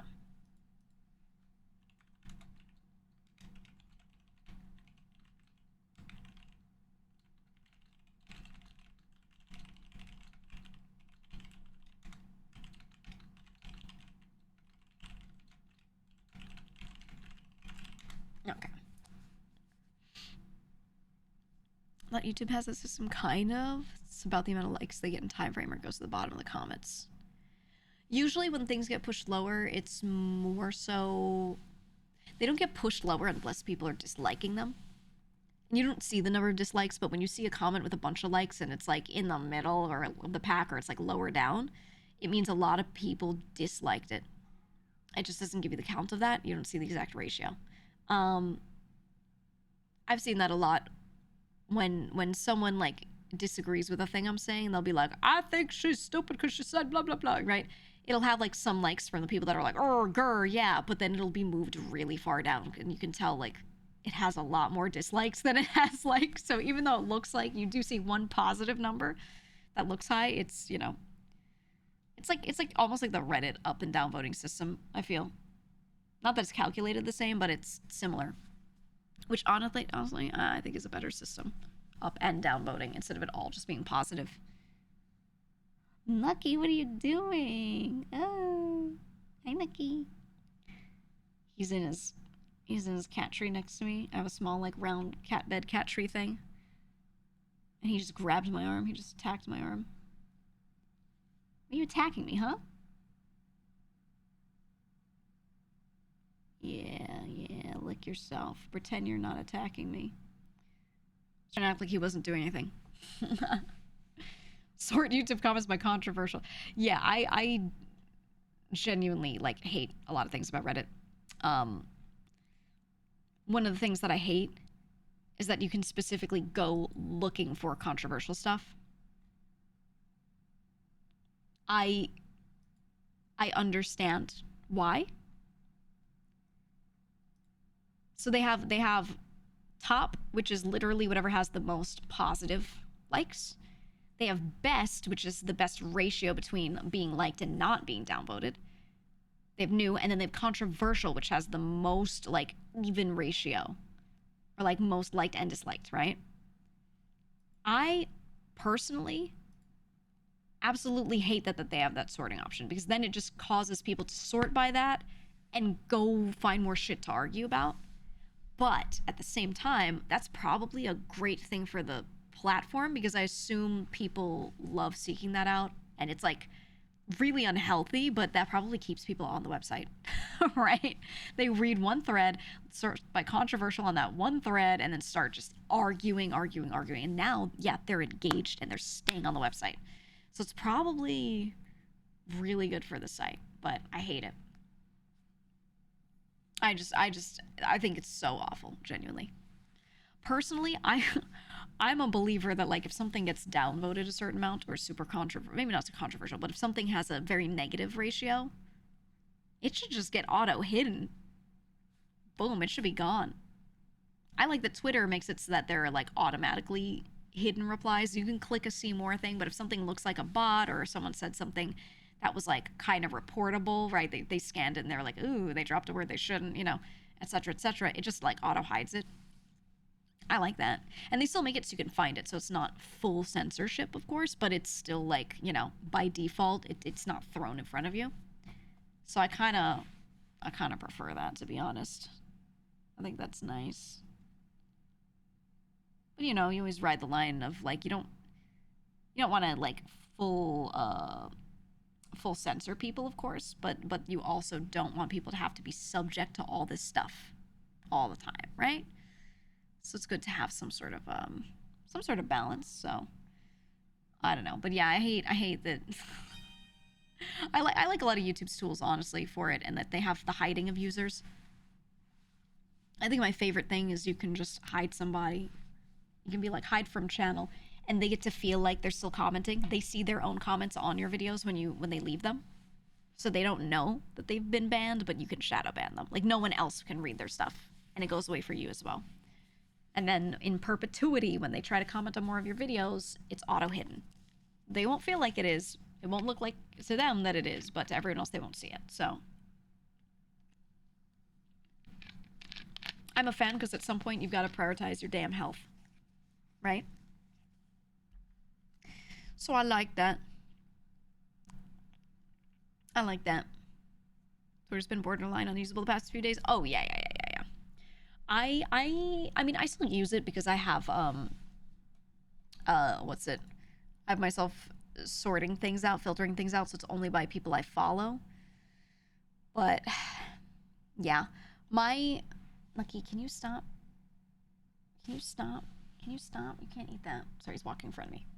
Stop. Lucky, down. Down. There you go. He's gonna go walk away and complain. Wait for it.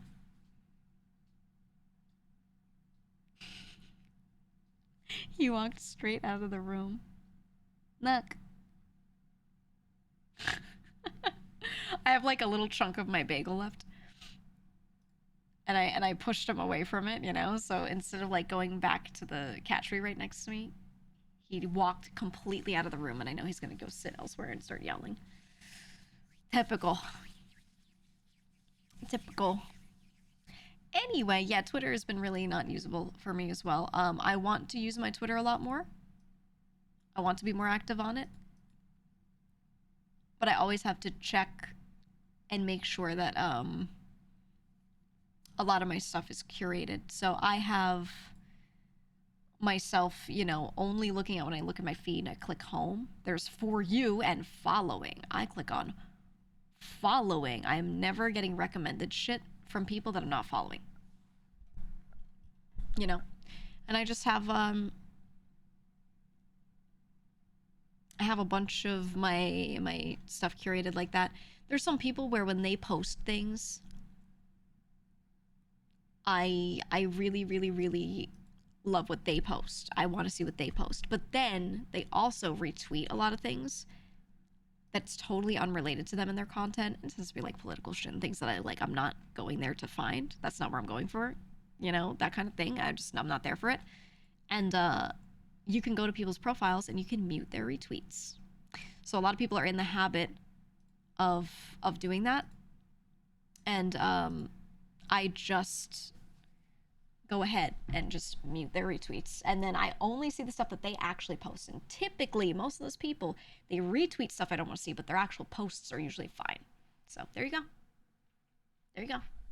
And that honestly has made Twitter so usable for me. And I do occasionally scroll through trending because I'm looking for stuff new to feed my brain. And if it's like, you know, a thing I'm not looking for, I scroll past it. But then they'll be like, Cardi B said this funny thing, and I'm like, oh, haha, she's so silly, you know. Like, I'll still also look through like the mobile trending section for that. But I like it because they'll put a topic and they'll be like, here's what's trending. They'll show just 2 tweets related, so it's very quick for me to scroll past things I don't want to see. So that's been alright. Yeah, it's like people are talking about Glorilla's accent, and I'm like, oh, haha, her accent, right? Like, I don't mind seeing that kind of stuff. So, but I'm always like, you know, it finally happened. I've talked about it before. I'll scroll through the trending stuff when I'm like going to sleep, and I'm like, let me just do like I give myself like 2 minutes, and honestly, scrolling for 2 minutes, I feel like sleeping. Thank you for the raid. That's all I need. So I start scrolling through trending. 2 minutes in, I'm passing out, right? Works for me every time. So but what happens is sometimes I'll fall asleep and I'll like start closing my eyes and I'm still holding my phone, you know? And then you always have a moment where you go, oh, and you realize you're falling asleep and then you put your phone down, right? Sometimes I tap the screen unknowingly while I'm doing that. Which means sometimes I like a post accidentally with where my thumb is. You know, I like a lot of posts. And then I get that moment where I go, oh, and I look and I go, oh shit, and I unlike. Now, likes are not public anymore, so it's really not an issue. I can just unlike. It doesn't matter. But I'm always concerned I'm going to accidentally retweet something while I'm scrolling through the trending tab. And I did it once, only one time the other day. I accidentally, I was like legit, I think I was waking up. I was just scrolling and I was like groggy. And I think I just sat there for a second, like eyes closed, and smacked retweet on something. So I like open my eyes, I'm like finally becoming awake, and I look and I see the green, like you retweeted this button on something that I did not want to retweet. I was like, oh, and undid it. And like thankfully you just undo, you know, but oh man, every time I see it I'm like, ugh. Ugh. Terrible. But if that ever happens, I'll just go into the Discord and be like, yo, did it again, you know. Yeah, Stone, it's always like shit like that in the trending tab that I'm trying to scroll past, but if I'm tired, I mean, fuck, you know? Shit, man. But it's whatever. Is whatever. Anyone else really enjoying Blue Sky so far? I don't even use it. I have one. I have not used it at all. I don't have it in me to use another platform. I hope it grows. I hope it grows well. Right now it doesn't do anything for me. I also don't even use my Twitter that much. So, you know, I use it as an informational spot for you guys. I say when I'm going live, hey, I've released this merch drop. Occasionally I post a thought. I want to use it more for that kind of stuff, but I just currently don't. Lucky, stop that. Lucky, come here. I'll pet you normally. Okay. Let me see if I can get him to meow. Lucky, sit. Good boy. Nucky, speak. Nucky, speak. Yeah. There we go. Yeah. Nice. See that? Yeah. He's so smart. Both of my cats can do it. That was really good. I know. My son is quite talented. He's quite talented. He's pretty good at what he does. Just saying.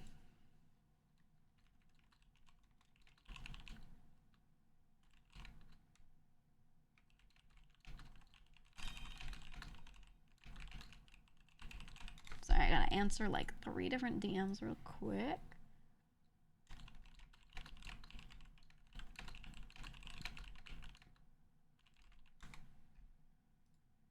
Okay, there we go.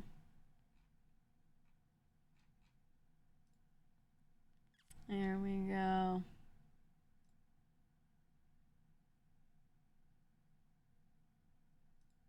Ta-da. Okay, answered.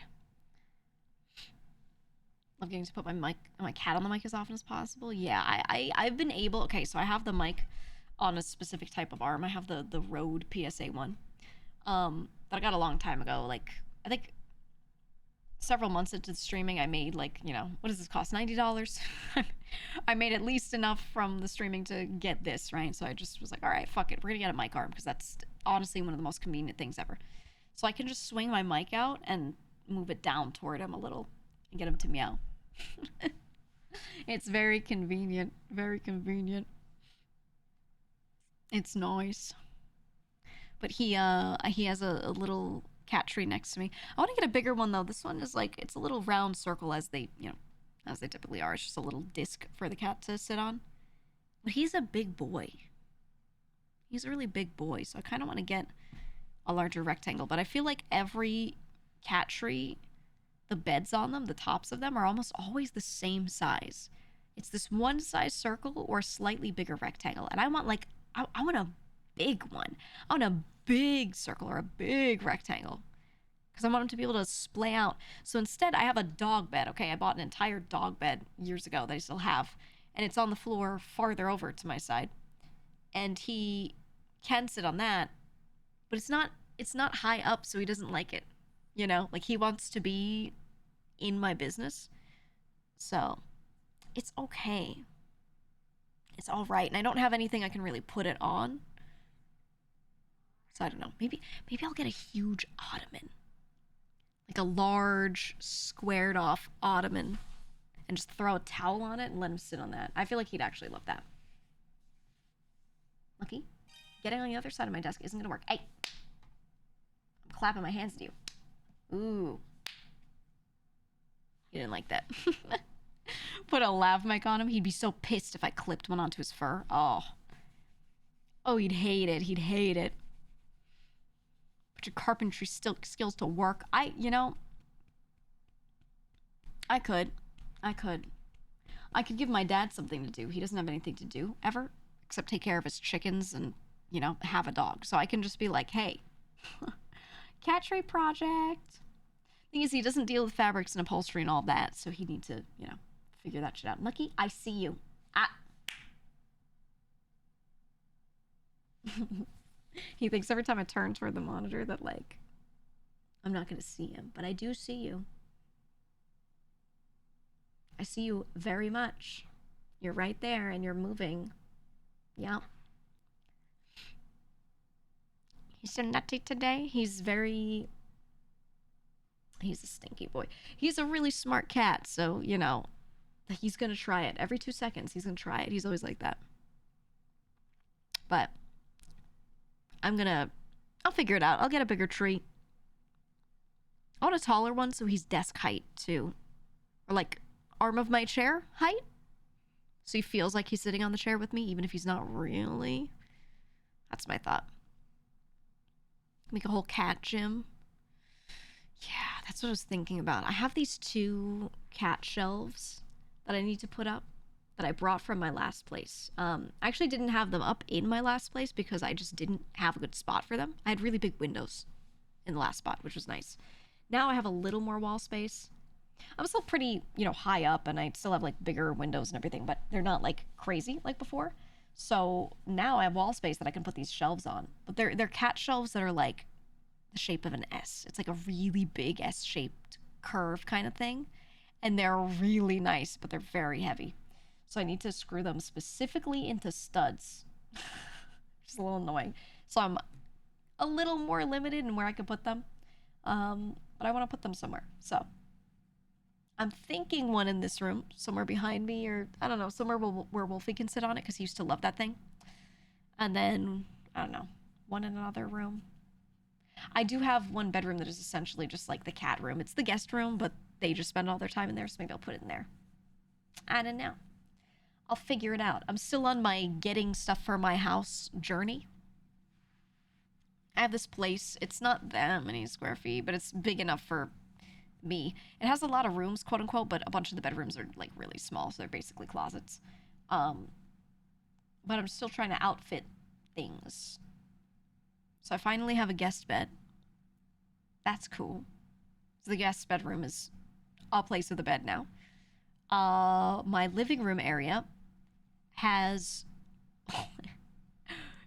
the basic shit I brought with me from the last place, and it functions, but I have enough seating for, like, 2 people throughout this whole place.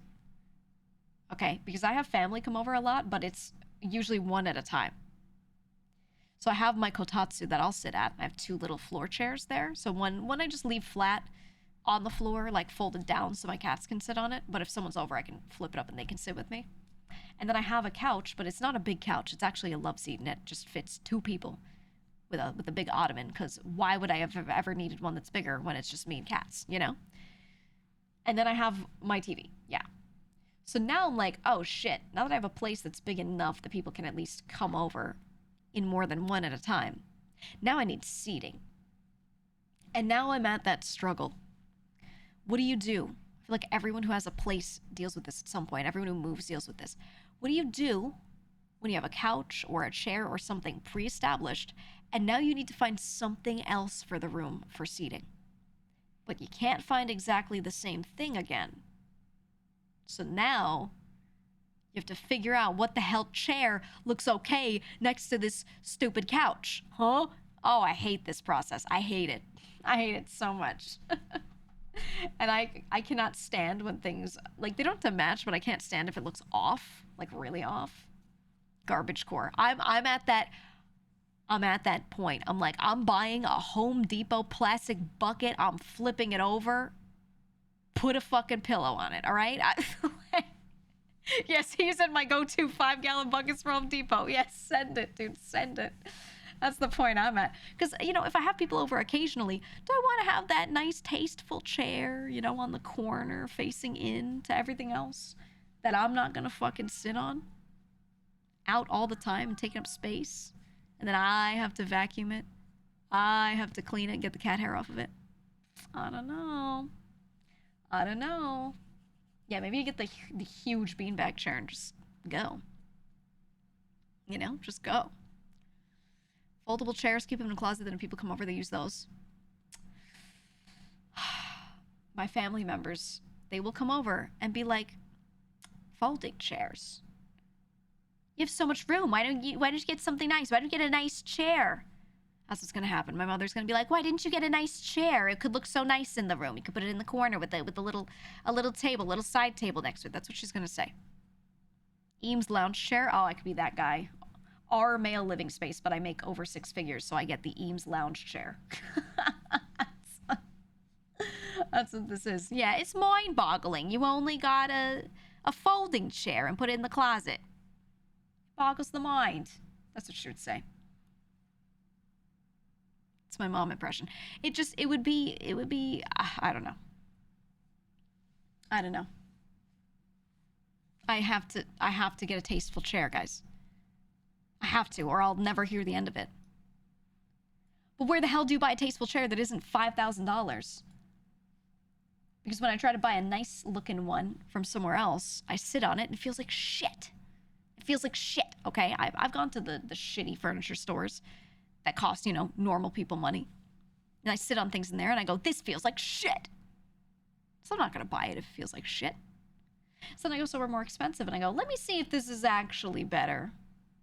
Let me see if this is actually comfortable. I sit in it and I go, wow, this is comfortable. Checks price tag, $2K. Oh, fuck that. Fuck that. You know, maybe I'm exaggerating the price a little bit, but still, you know, I'm a cheap person, all right? Get a poolside chair made out of the plastic bands. Ooh, and then you pinch your thigh in every time you sit on it. Oh, yeah. Oh, yeah. Exactly. Facebook Marketplace. Guys, I don't have Facebook. Facebook Marketplace is not an option for me. I touched that site in 2008 and gave up. Okay? Facebook Marketplace is not an option. I am also simply not going to take anyone's used stuff if it's not solid wooden furniture, okay? If it is furniture that has cloth, it's maybe a leather couch, so it has crevices, things like that, I am not taking anything secondhand. I will if it's a family member or someone I know, but if it's just from somebody random, I just won't do it. Been there, done that. I know too many people that have had bed bugs and things like that, especially being in a really dense area city. Maybe you can do that out in the suburbs and it's safer, but not worth it in the city, you know? Like, really not. Heard Herman Millers are good, but yeah, right. That's a desk chair, though. Exactly. I don't know, man. I just want to get something that feels nice to sit in. That I can put my family members in and they won't be like, what the hell is this? And that's it. That's all I want. Go to your relatives, steal your mom's chair. I'm sure someone has something somewhere that they'd love to get rid of, but a lot of it's so ugly. There's this dining set in the family that, you know, a family member passed, and their dining set has been floating around, and they're trying to get someone to take the dining set. All of the chairs are upholstered in gold velvet. gold velvet. Let me show you what that looks like. And by gold, I mean goldenrod. I don't mean shiny gold. I don't mean shiny gold. Sounds very gaudy. It's very... Now, here's the thing. I really like this color, actually, when it's paired with certain things. But it's... Okay, I'm going to show you a chair that has the right velvet color and the right wood color. The problem is the woodwork on this dining set is super fucking gaudy. So this actually looks okay if you put it in a room with browns and greens and stuff. Like, this could actually be okay. But it is this color. Now, it's a mostly wood frame instead of this. It's like a dining chair kind of shape. And then it just has middle velvet upholstery, and it's this color. Yeah, on a dining chair, This chair here to throw in the corner of a living room ain't that bad, okay? But I'm talking about a standard dining chair, okay, with the wooden frame and everything. And it is just... It's not good. It's not good. It's this color, and it's gaudy, and it's gross. And everyone's like, do you want the dining set? And I'm like, I don't have the space for the whole dining set. Like, I didn't buy like a 3,000 square foot house. Like, that's not, I don't have that, okay? Like, I can't fit the dining set. But second of all, the gold velvet, it's the opposite of what I like. It is, oof. Crack your back so fucking good on that thing. That's true. But that's not the same chair. That's just the color. Just the color. I don't know. So I gotta figure out what kind of tasteful chair I need to get. Your parents sets a living room set with that color fabric, straight up 80s. Yeah, I've seen...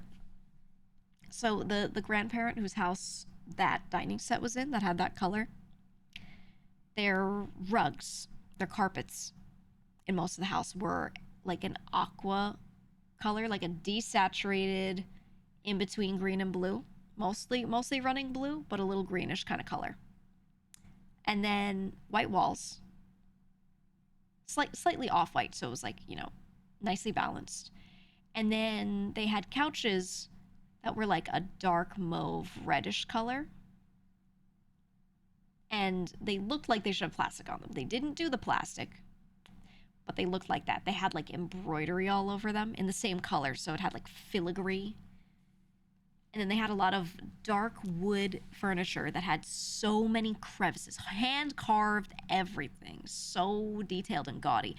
And I would go over there, and every time I would go over there, oh, thank God you're here. You always clean so nice. Can you clean this? And they'd hand me the furniture polish, and I'd have to go and clean all the wooden furniture. I'd have to polish all of the wooden furniture with furniture polish, okay? And I would sit there, and I'd be shoving my finger to, like, the little crevice of the wood to make sure, like, I got every nook and cranny. And I would genuinely, I'm like, this is for my beloved grandparents. I will whole ass this, you know? So I would go in, I would do a great job. And then that was always my job, because I was the only one who actually tried when it came to that one. And yeah, I was doing the furniture polishing of all the carved wood things, and it was just ugh. Asking you to do chores for them, what the fuck? They were elderly. We all had to do something. That was the chore that I usually got tasked with. It was that one. I'm just glad I wasn't like the toilet cleaner, you know. Yeah, they were elderly, and you know, they'd be like, hey, I can't reach any of this. Oh, I can't bend like that. You're gonna do the wooden furniture. And I'd be like, oh, okay, yay, thanks. It was terrible. Plus it was just, I mean, if I didn't do it, it was gonna get dusty as hell. It was gonna get dirty as hell. Like, I wasn't gonna let them live in, you know, a place like that. So fuck it. So I had to go to their home and clean everything all the time. And it was okay. It was okay. Yeah, I missed the part of being... Yeah, it was an elderly relative. And then eventually they pass, and everyone's like, who wants their stuff? You know, like, who wants this, who wants that? Like, none of us need it because we have full homes, so dining set, and I'm like, oh my god. No one wants the gold velvet dining set, man. Nobody wants it. There's part of me that kind of wanted to take it and then reupholster the chairs, right? Just take it to a place and just change out the gold velvet for something else because the woodwork was nice. But then I really thought about it. And I was like, do I really need a dining table that can fit like 12 people? I have a huge family. I'm not inviting them over. I have other family members that have entire houses, proper houses, and we could just go there. Like I'm not hosting Christmas. Like like yeah, and reupholstery is expensive. Yeah. I would do it simply because it's like an heirloom thing, and that's the only time I would be like, okay, I'll put the money down. But I'm okay. I'm all right. I'm good. I don't know. So instead, I've got a plastic folding table in a closet, and if I have a bunch of people come over, I whip that bitch out, okay? And I put a tablecloth over it so it looks fancy. Done. Easy. That's all I do. So much fine dining ware at secondhand stores. I think the younger generations really don't care about fine china and like having, oh, I have company over, I'm having family over today, so I'm bringing out the nice dishes. I really just don't think there's a sense of that at all. There really is not.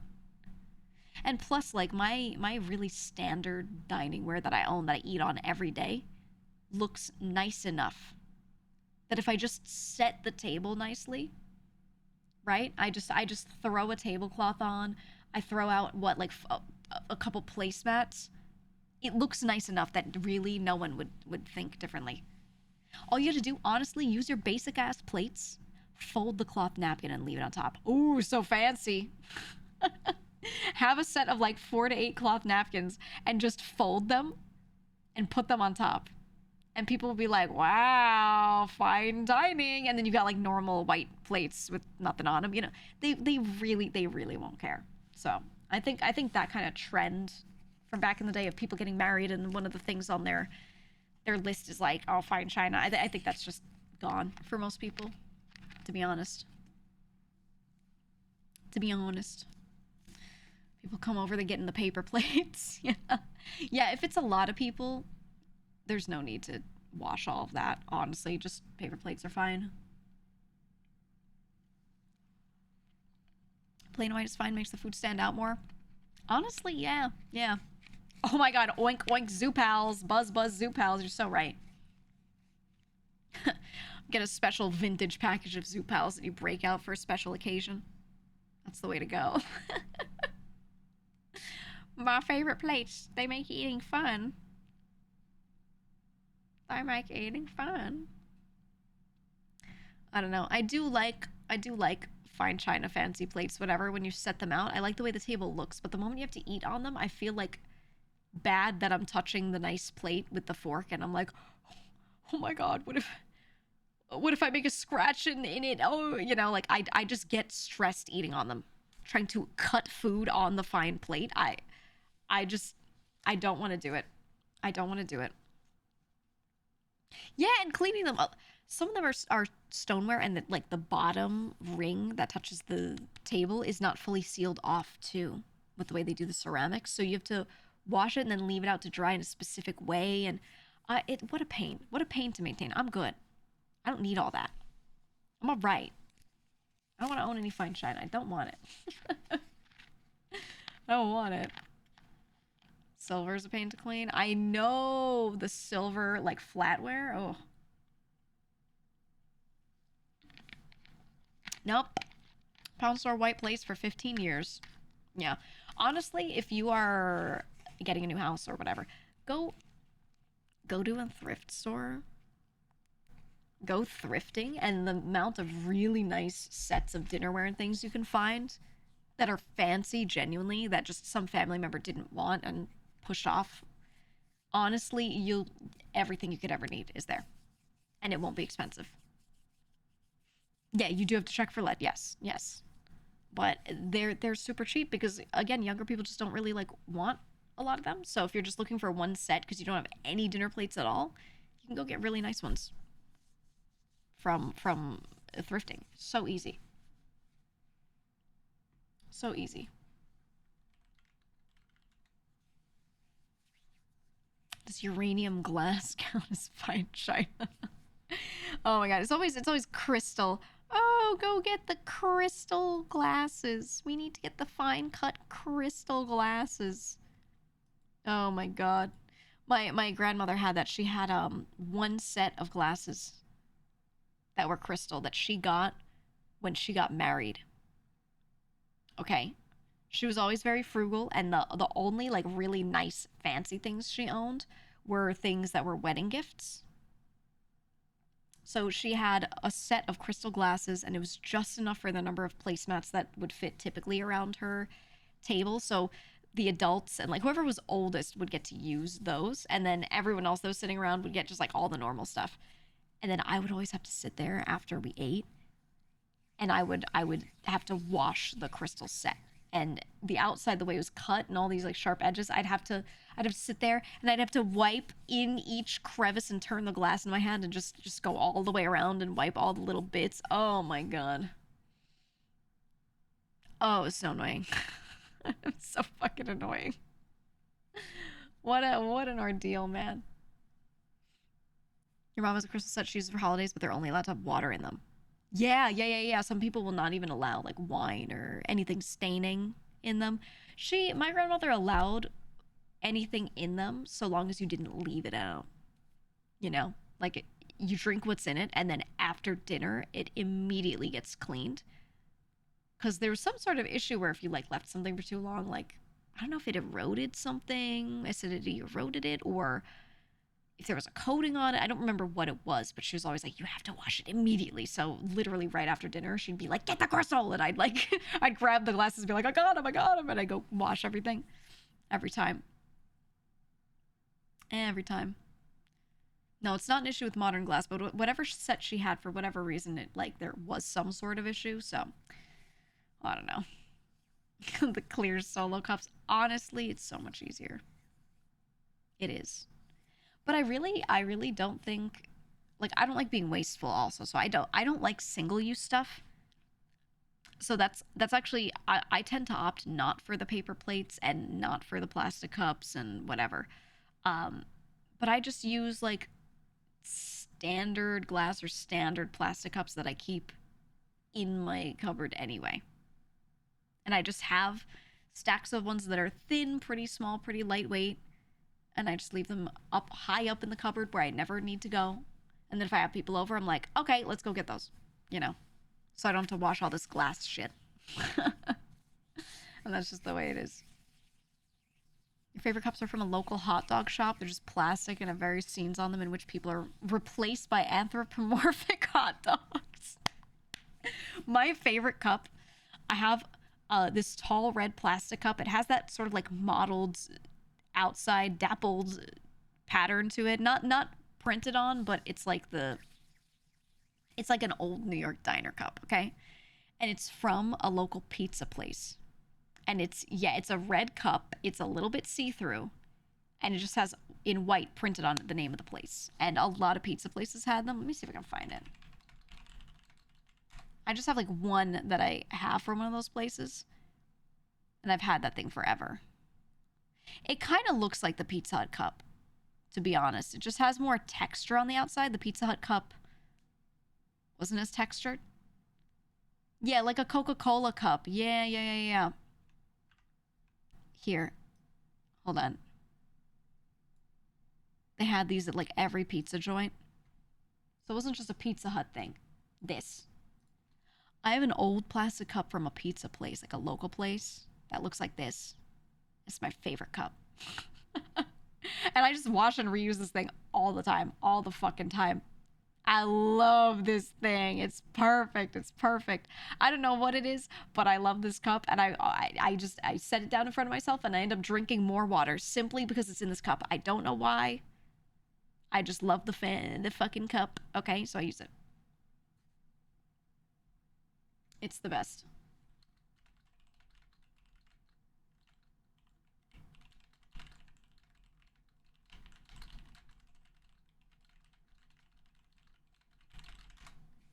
checking out my collab chat.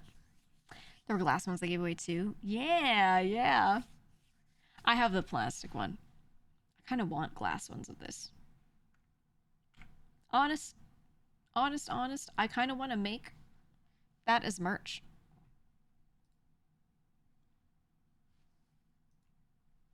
I'm going to post it in my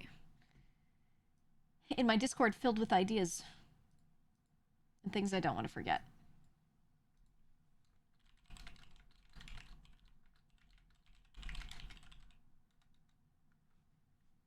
What if I did a cup set and they came in 3 colors for the factions?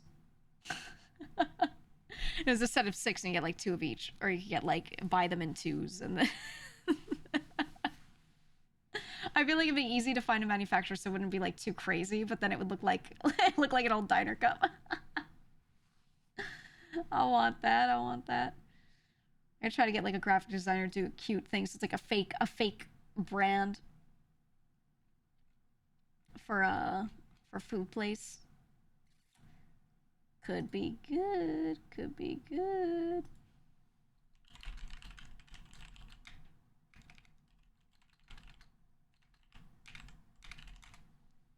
Could be great. I don't know. Yeah, GEEGA Cola. It could be. I don't know. This might be the way. Might be the way. Give you children to make furniture merch so you don't have to go shopping. Oh, you're onto something. You're onto something. They could be poop deli cups. Okay. Okay. All right, I'm gonna go refill my water, and then I'm gonna play a game with a friend. So I have Ellum invited me to a thing for later. But a couple friends in a Discord were like, I want to play repo. And I haven't gotten to play with them yet, and we were just saying the other day that we were gonna repo. So maybe we'll play with them first. And then we'll hop in the other lobby. I know at the very least Troms is gonna play. You know what? At worst, I'll fucking play this game with Troms only. I don't give a shit. All right, I'm gonna go refill my water. I'm gonna go get my big cup, and I'll be right back. I might feed my cat while I'm at it. He's staring at me. It's a little early, but it's not bad. His automatic feeder's broken, so I gotta do the thing for him. I gotta do the thing. Okay, where's my... Ah, here it is. Meow.